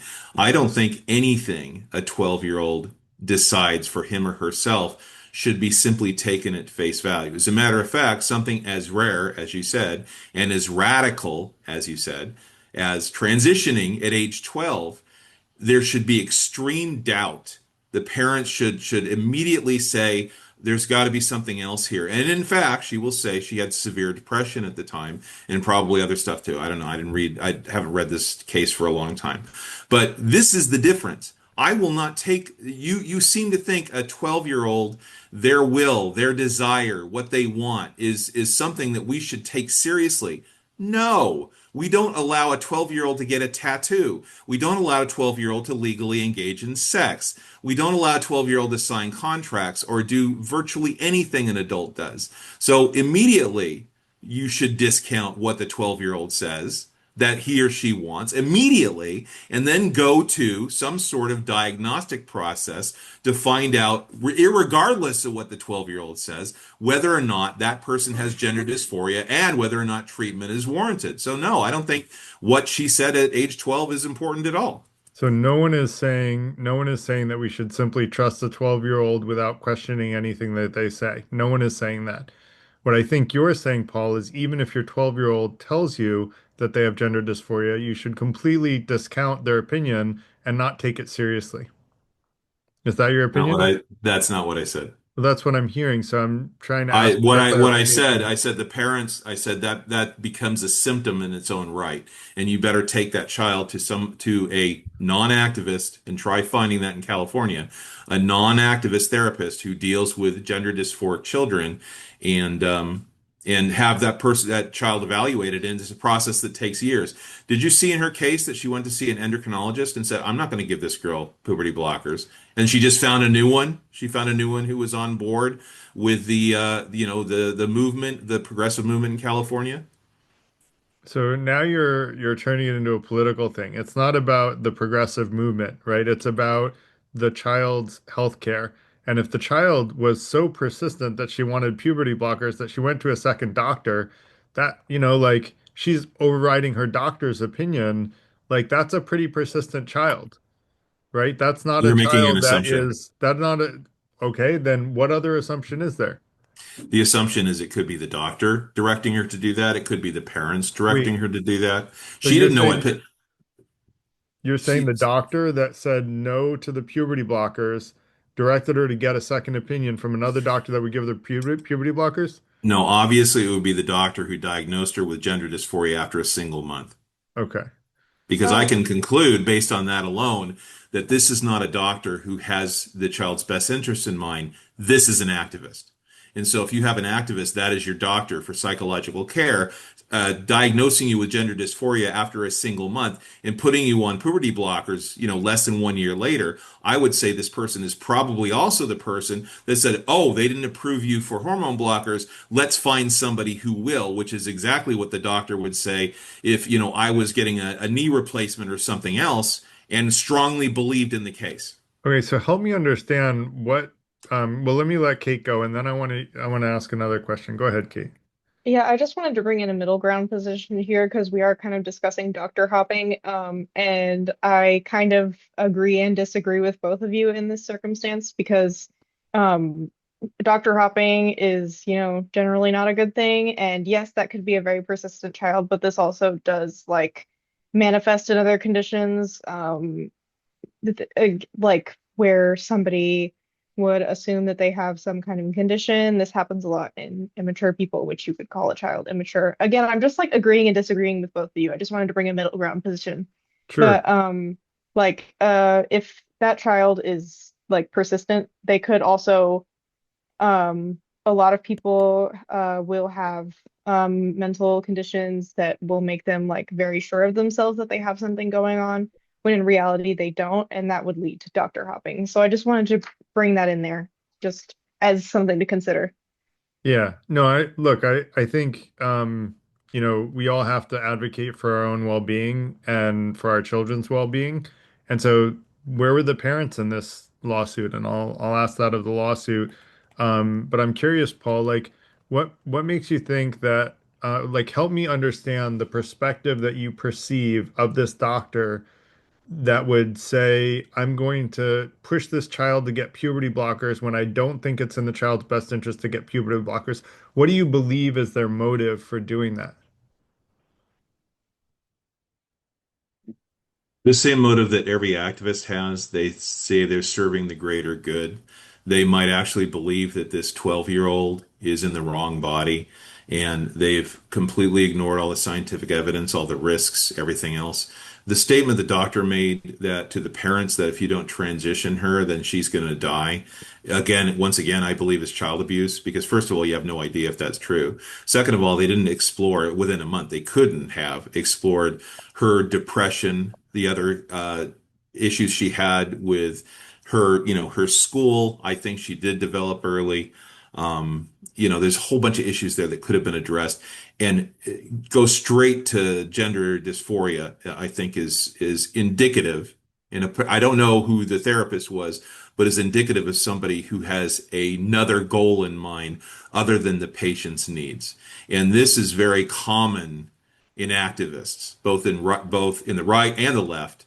Activists believe that their cause, their greater good, is more important than any individual. There was an attorney that I saw on YouTube. The attorney thought it was in court and thought the good of the dog involved with the court case overrode everything. Animal rights overrode everything in the case, and the attorney was arguing for the benefit of the dog, even though it put a felony on her actual client. I've seen this over and over again in law, and I've certainly seen it in all sorts of aspects of this right versus left battle we're looking at right now. There is immeasurable number of reasons why this person could have immediately gone to gender dysphoria. I mean, when you say there are a measurable number of reasons, I think you tried to enumerate a couple of them, but I didn't hear anything that would like the only thing that it sounded like you were saying that made sense to me is that maybe the doctor had a misunderstanding and misunderstood the child's situation. Um, because you were saying that you believe the doctor was trying to do what they felt like was good for the world, right? Which theoretically would be trying to treat the child if they felt like the child would benefit from the therapy. Am I wrong there? Like, do you agree that the doctor had good intentions? I have no way of agreeing with that. I've heard people online say the world would be a better place if we had more transgenders. If that's your goal, what do you do then? Can you like cite human beings saying that or human beings that you know? Because I've heard this before. I've heard that that the transgender people are trying to convert everyone to being transgender. And I know a lot of transgender people, and not one of them would try to get anyone to get into their situation. They're like, this is a shitty situation. Like, this is a tough life that I'm living. Everyone bullies me. Not everyone, but like they get much more bullying than they get love. Like, who would ever in that situation try to get someone else to be in that situation? Like, it would be a horrible, it would be a horrible thing to do to try to convert someone to be transgender when they're not. But the transgender people that I know and I've talked with about this say they didn't get to choose that they're transgender. This is how they were born. They've known this from a very early age, from, before age 12 usually. And this is just the life that they have to live to be authentic. And they just wish more people would accept them for themselves. Yeah, that's the cover story. The Have you talked reality to many is, transgender people, Paul? oh, absolutely. I've talked to Blair White. Have you talked to Blair White? I don't understand like who Blair White is and She's a why. very famous transgender YouTuber who would say virtually everything you're saying right now, and she has physically transitioned. She's Blair very White is popular. Well, Kate will tell you who she is. yeah, Blair White is highly controversial. While I agree with a lot of what she says, she is highly controversial, and I'm a little jealous that you've talked to Blair White, honestly, because I would be interested in having a conversation with her. But also, like, Blair White is one person, and I don't know about you guys, but I have a lot of friends that are trans that I talk to regularly, and But I work with a lot of trans people. So it's not just one famous controversial person that I hear this from. And also, who was it that has a trans son? I think I'm happy that she's here because she has a really good perspective on it. Well, Garrett did ask me if I knew anybody who was transgender, and the answer is yes. Actually, I know more than one, but that's, of course, the most impactful one because Blair White would look at what's being presented here and she'd take my side 100%. Um, Of course she that would. She's that conservative. part of a big part of what you said kind of comes down to as a hammer to a hammer, everything looks like a nail. If you go to a knee surgeon, they're going to recommend knee surgery, a lot of the time. So if you go to somebody who specializes in gender dysmorphia and you talk to somebody about this, it probably is going to come up in the conversation. And it probably isn't totally avoidable. Now, once you see this is happening, you can try to avoid it. And with a child, you should do these things and so on. But, it's, I don't think you need to assume that these are activists and should be taken out and shot, metaphorically speaking. I think that they're simply people who work in this field and feel passionately about what they do and possibly over time have gotten a somewhat narrower view than they necessarily need to, but that happens to everybody. Also, Paul, there's nothing in that court document that says that the doctor said that she was going to die if she didn't transition. So if She you want to, talks about it, which she talks about it all the time. I mean, well, why didn't she say it in court, under court, like when she was under oath? It's not court. That's a legislator. I believe that's the legis. She was working to change the laws. She was speaking before the Kansas legislature or some other legislature. The court documents are not as they're court documents. There are lots of stuff that don't pertain at all. Oh, This is much more direct. this is just a simple, okay, I thought It's you gave me court testimony. documents. Okay, well, she didn't say it under her testimony. So, the other thing is, shoot, what was the other part of that?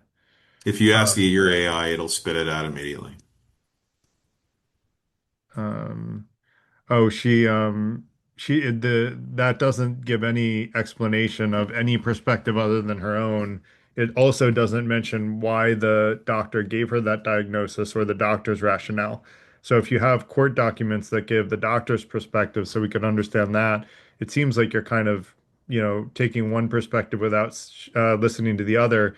And that seems unlike you, Paul, because you usually, I believe, have the intent to listen to all perspectives on a topic, but it doesn't seem like you're doing that in this case. There's built into this example two perspectives, not just one. There's the perspective of the doctor, which all we really know at this point diagnose somebody in a single month. And then there's the perspective of somebody who detransitioned, is suing that doctor and reports that she had severe depression and other problems that were completely ignored. That's two perspectives. Okay, so what was the doctor's perspective? Help me understand that. The diagnosis you're claiming is his Diagnosing perspective. somebody with gender dysphoria after a single month. How is that the doctor's perspective? That's a diagnosis without the doctor's perspective about rationale of why they diagnosed it. I will stipulate, in my opinion, based on what is said in the industry, that if somebody is diagnosed with gender dysphoria and given a treatment plan in a month, that doctor is committing malpractice. Because every single thing I've heard from the people who are advocates of this say, oh no, it's a long process. There's therapy sessions that are required. There's Right. there's analysis. There's you have to examine the comorbidities first, which is extremely important. And that Finland example I gave you said exactly that. You can't treat a child unless you first eliminated the other problems, the comorbidity, the mental illness. So based on all of that, I can conclude that diagnosing somebody with gender dysphoria after a month is malpractice. You may So not agree, but that's going to be my opinion. So I think what you're saying is that without hearing the doctor's opinion, without understanding why they made that quick judgment, you're going to judge them, judge, jury, and booking. And to Luann's point, give them the the proverbial shot in the head. They're wrong 100% of the time, even if that child came to them and was absolutely crystal clear, saying they were having suicidal thoughts because they were being bullied. Regardless of all that, no matter what situation you could imagine, you couldn't think of any possible circumstance under which what this doctor did would be okay. In a 12-year-old, absolutely, 100%. Well, you might be transgender in your next life, Paul. Yeah, Congratulations. I sincerely doubt it. I am very confident you will. So Yeah, I we'll don't believe in see. next live, so I'm not worried about it. That's all right. I do. And I'm going to be more right on this one. I gave a good logical defense for next life. And actually, it's been studied by thousands of scientific journals and th scientific articles. And the overwhelming majority agrees that actually, almost unanimous. I would love to see you create a counter study and see how that does for you. But anyway, irrelevant. So does anyone have other thoughts on this topic? I personally I like to hear all perspectives on something before I make a judgment, because I think that a lot of the times if situations are taken out of context, someone who we think is a bad guy could actually turn out to be a good guy, and vice versa. I do agree with Paul that I think that's very quick to have a diagnosis and a treatment plan. So I agree that that's unprecedented in terms of what I've heard. That's not normal from my perspective. But when a doctor does something like that, when, as Luann points out, we live in a very litigious nation and he knows there's a good chance he could get sued for it, I want to know his rationale. I mean, I would be interested to see the court documents on that situation to understand his rationale, to at least figure out where the hell was this guy coming from? Like, or a woman. Like, I don't know if it was a guy or a woman. But Paul apparently doesn't think it's important to hear both sides. So I guess I was wrong about you, Paul. Go ahead. What I said was that I went from more than one source, and that those are the two sources that I trusted. However, I don't want to talk about that now. What I want to talk about is the detransitioners, which I've heard a large number. There are testimonials on YouTube, and there are things like in the court documents, the lawsuit which has already been settled, and Chloe's lawsuit and other lawsuits about the real behind the scenes workings of the transgender movement and people who identify as trans. And one significant factor that nobody ever talks about except detransitioners is the idea of dumping large amounts of testosterone into the systems of young women. Absent all the other effects, I'm sure we all understand what that would do to a young woman and what that would do. And once again, this is personal testimony from women who have detransitioned, is it makes them hypersexual. Now, Garrett was earlier asking, What possible motivation could people have for growing the number of transgenders in the population? And I would argue, since at that age, teenage and young adult, most transgenders are intact males when they transition from male to female, that dumping huge amounts of testosterone in young females is going to dramatically increase the number of sex partners. And when you look into it, when you look at the testimonials, when you look at what people report, it's exactly that. They go to meetups, they go to events, there's sex porn everywhere. They talk about it. There's no bullying if you don't accept partners, etc. But you have the women, the biological women in that circumstance, on hormones. And what happens largely because of the situation. The groups that these people belong to, and once again, I have no knowledge of this myself, but I do have testimony, is extremely focused on sex, and that's a great chemical reason why that would be the case. This is radically different from what's always reported as people being in the wrong body, people feeling like they're the opposite gender. I feel this, I've always known it, etc. There are other motivations here, strong drivers rooted in evolutionary psychology that can be responsible for such a push towards acceptance, which, as Jordan Peterson says, is strong encouragement across the board. So I wanted to put that out there. The one aspect of this, I'm sure I'll be challenged on it, but the one aspect you're not going to be able to challenge on is the effects on sex drive if you take a teenager and you start putting testosterone into her body. I think we all know what happens when you do that, and that's what transitioning is if you're a female. I didn't know that until tonight, to be honest. I don't know. Maybe can I ask, did anyone else not know that? That was new to me. I mean, That it would like testosterone would increase sex drive. yeah, I didn't know that. It does. I I mean, it's believe, the no, same. I believe it's true. I'm not Yeah. doubting the veracity of it. I'm just saying Paul says everybody knows this. I don't think this is common knowledge to people who haven't like been in a deep conversation about medical treatment for, gender dysphoria, et cetera. Well, Like unless you're deep into that, I don't think it's common knowledge. But let me I let would. me get back if I can, Kate, because that's Yeah. not my most important point. I think, Paul, what you're saying is that you think that these activist doctors are deciding to diagnose people with gender dysphoria so that they can hypersexualize young ladies so that they will have more sex partners, and that's their motivation. Nope, that's not what I said. I Okay, said that's what I I heard. s- So tell me what you meant. Because did it's anyone it's else hear in that? That was No, I told you at the beginning I was switching the topic completely. okay. It's mostly peers. It's mostly peers convincing young women that they are gender dysmorphic.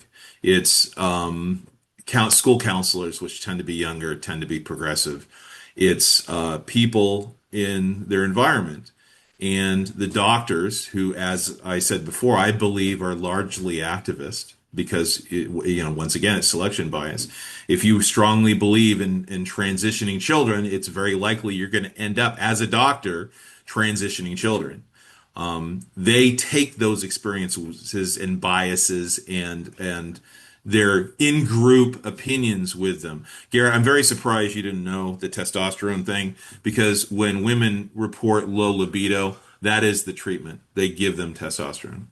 I just hasn't been a thing that's come up in my life, Paul. I don't know what to tell you. So, Feel um, like you can't be blamed because you are a man. And I said in the comments, like, I think a lot of women would know that because we understand our hormones really well. Because, I mean, we've got all kinds of hormones going on.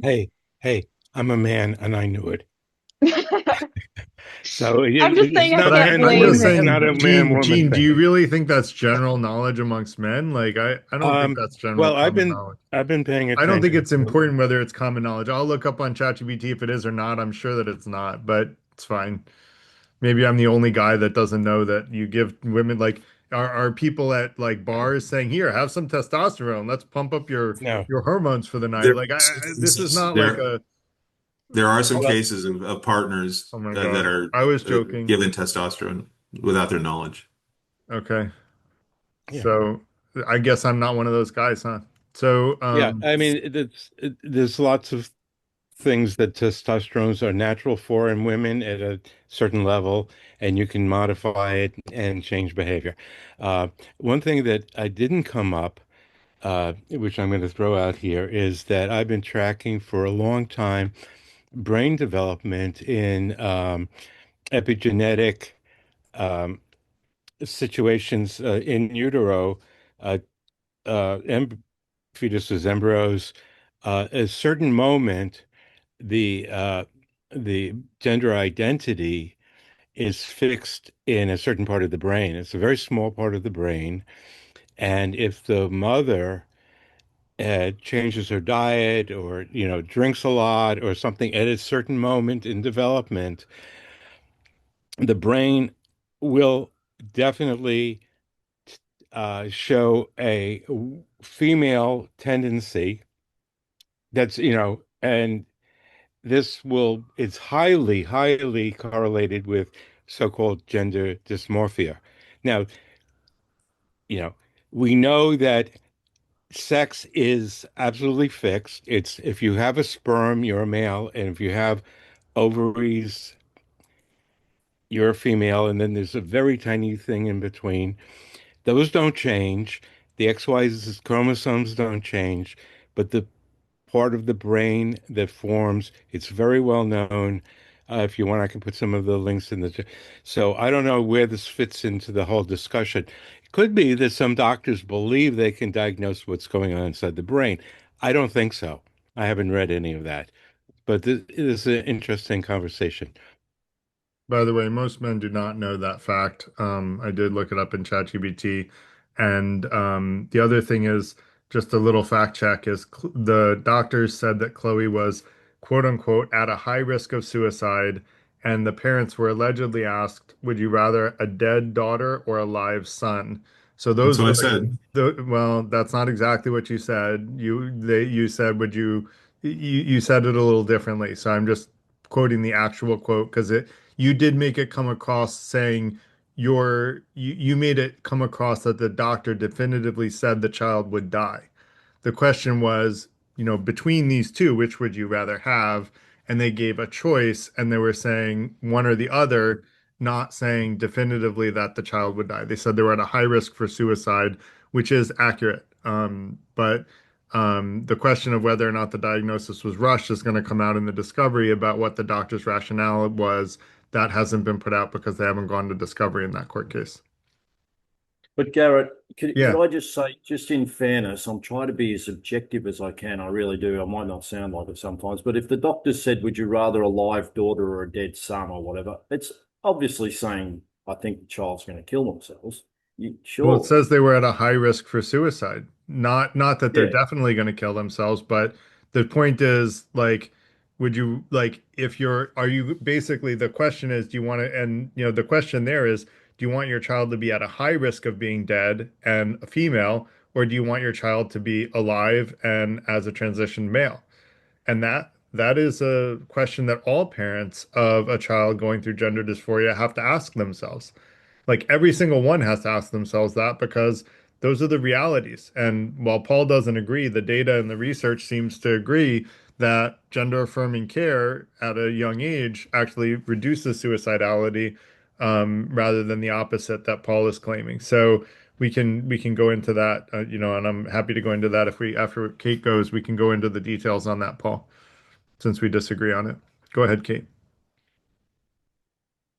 Yeah, so Paul was, well, first of all, me and Alan were just discussing this in the chat about how female bodybuilders also go on testosterone. Um, just wanted to put that out there.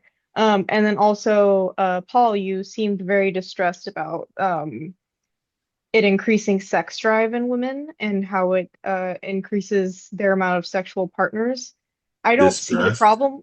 I don't see the problem with that if it is Upset. safe and consensual. Yeah. And also, why are we not talking about how men have high sex drives because of their testosterone and have a lot of sexual partners? Why are we not talking about that as an issue? I'm not talking about any of those issues. What I'm talking But you about did. is No, I'm not talking. No, I'm not. I'm talking about one issue, and that is why there would be so much pro-transition sentiment in these circles, in this Let culture. And that's a let's very good reason why that might be the case. I was let's not hone in talking on about any of the things you thought I was talking about. let's hone in on that, Paul. So are you saying a guy likes a girl in high school, wants her to be more sexual. So tries to convince her to transition to give her testosterone so she'll be more sexually energized, and he will accept her as a female to male transition candidate. Is that your hypothesis? Not so specific. This is a highly sexualized community. The interviews, and again, you can read that, you can look at this stuff on YouTube, is in an environment which is predominantly focused on people hooking up in teenage and young adult. So you have is this culture where everybody's having a party, everybody's swapping partners. I mean, the STD rates in LGBTQ is off the chart now, especially with syphilis. We have syphilis back as a major issue. There is this overwhelming push because everybody is enjoying themselves, especially the intact men who do have sex all the time with trans men. Okay. That creates a very, very positive report card whenever somebody's asked, especially in a survey. If a friend or a peer is asking about this, this is the response they're going to get. Children are 10% parents, 90% peers. That's what psychology says. And so they're the ones who are primarily influence the children. And it's this group that most, including Chloe, who found the group online, this is the influence that children are reporting when they decide that they're in the wrong body, that they need to transition. All I'm saying is it's a motivating factor. It's very common and it's part of the culture and it's completely ignored. Unless you transitioned, unless you're like a woman who became a male, went on hormones, talked about incessant sexual hookups because she felt this pressure all the time, and then finally detransitioned, you don't know about it because everybody who's an activist for this wants to bury it for good reason. So I'm not saying that the doctor was engaging in sex or that somebody wanted to have sex with her, so he told her this stuff. I am saying that it results in a very highly pro-transition community, let's say. I mean, if you're a community of crack users, you're not going to tell the young person who wants to try it, you're not going to say it's a great thing. Come join us because it's only harmful and doesn't benefit him or her that you're going to have another crack user competing for the same drug.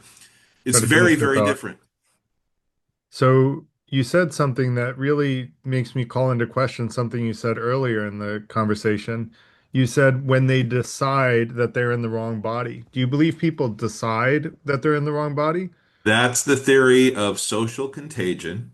We know social contagion is a real thing, and we also know that the evidence, as from I presented in the beginning, of practically zero females to exceeding the number of boys and then dropping back down again, makes it highly likely that this is a social contagion. And yes, people are being convinced to transition.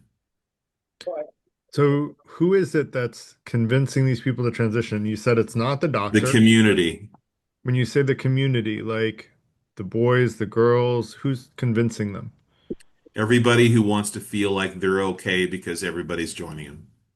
It's basic psychology. Misery loves company. I mean, this is common knowledge. You're saying all this stuff is common knowledge. You said men very often have sex with other men that are female to male transitions. Um, like, can you give a percentage for that?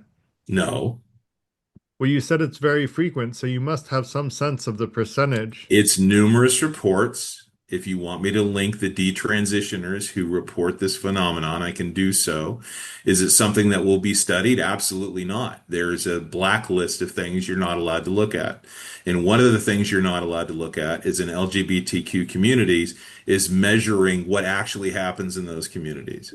So So, if you can find a study, great. I'll read the study up and down. What I have is testimonials. so you have anecdotes, is what I think I'm hearing. And Okay, it can't be known. anecdotes is not a scientific analysis. Yeah. Anecdotes are just anecdotes. They're not useful in looking at statistical things. Second, when you say that they're banned from being studied, why would a conservative not be able to run a study like this Try finding funding for anything that is associated under with it. under the Hey, Trump hey, Garrett. administration? You can't even fund a study for measuring female productivity and male productivity in something like Costco. There's very Under strict limits. And under go Garrett. ahead. There's the troll in here. what is it? JJ. Oh, You don't want to okay. remove them. Yeah. Um, By the way, this sounds a Oh my tiny bit God, JJ, like bro, stop trolling, buddy. Yo, what's going on, Kate? Oh, they're both trolling. Trolling. What's that supposed to Oh, mean? I'm yeah, here to they learn about they were trans. What are you talking directly about? messaging me weird stuff. Well, Weird Quinn stuff. wasn't, but Whoa. JJ I was. don't know what I did. What do you mean by weird? What do you mean by weird? JJ said, Kate, are you a man? I said, no, LOL. Do you think Paul kind of cute? What? That's inappropriate as fuck. I My bad for the agree. foul language, but what? Who said that? Was that JJ, Quinn? this is your warning. You send anything else, no more DMs to Yeah. Kate. Yeah, what the hell? Yeah, I didn't. You're muted. Quinn. Both JJ and Quinn sent me direct messages also. Okay. You can safely get rid of both of them. Okay. No Yeah, problem. they're children. You can just kick them Because out. I'm white. They're little losers.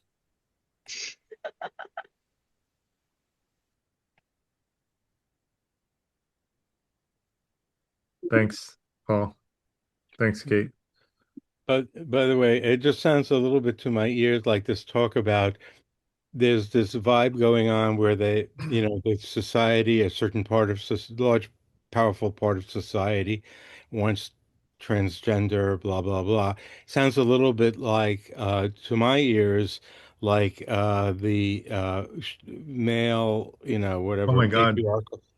patriarchal society. But I I've been mean, having so much fun that it's 9:20 and I need to go I need to get my okay, kids to I'm going to sleep. hang up. But thank you guys. I appreciate everybody's conversation. The one thing I will say, Paul, is that if you're going to get funding for a trans study showing that showing all the things you're saying are true, you should be able to get that funding under the Trump administration by for sure, because he would love to prove everything you're saying true.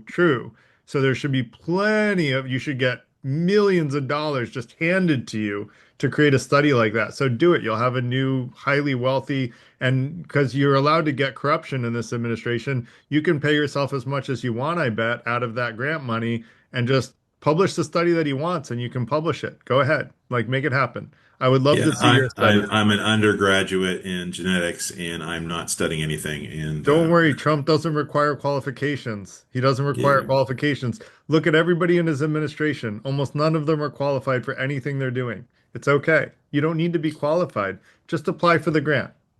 It's yeah, okay. there's a long list of careers ruined by studying the wrong thing. One of them, by the way, was that police didn't kill anybody based on any type of racial profile.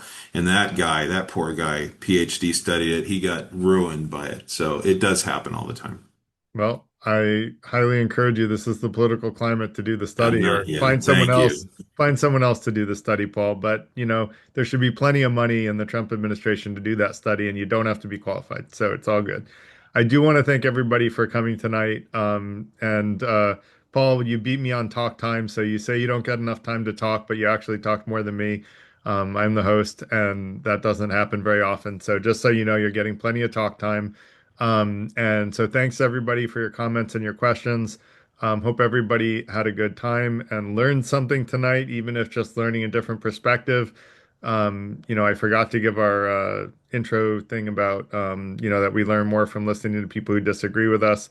And I was really trying hard to empathize and understand you, Paul, and I misunderstood you multiple times, and I appreciate you clarifying when I did. That's why I think it's important to respond back to people with what we think we heard them say because often what we think we heard is not what they really meant, even if it's what we think we heard. So we'll try to include that in the intro for next week, and hopefully we can go through some of these links in more detail next week. And if we don't have a lot to talk about next week, we can start a new topic as well. So hope to see you guys back next week, and thanks again. Have a great night.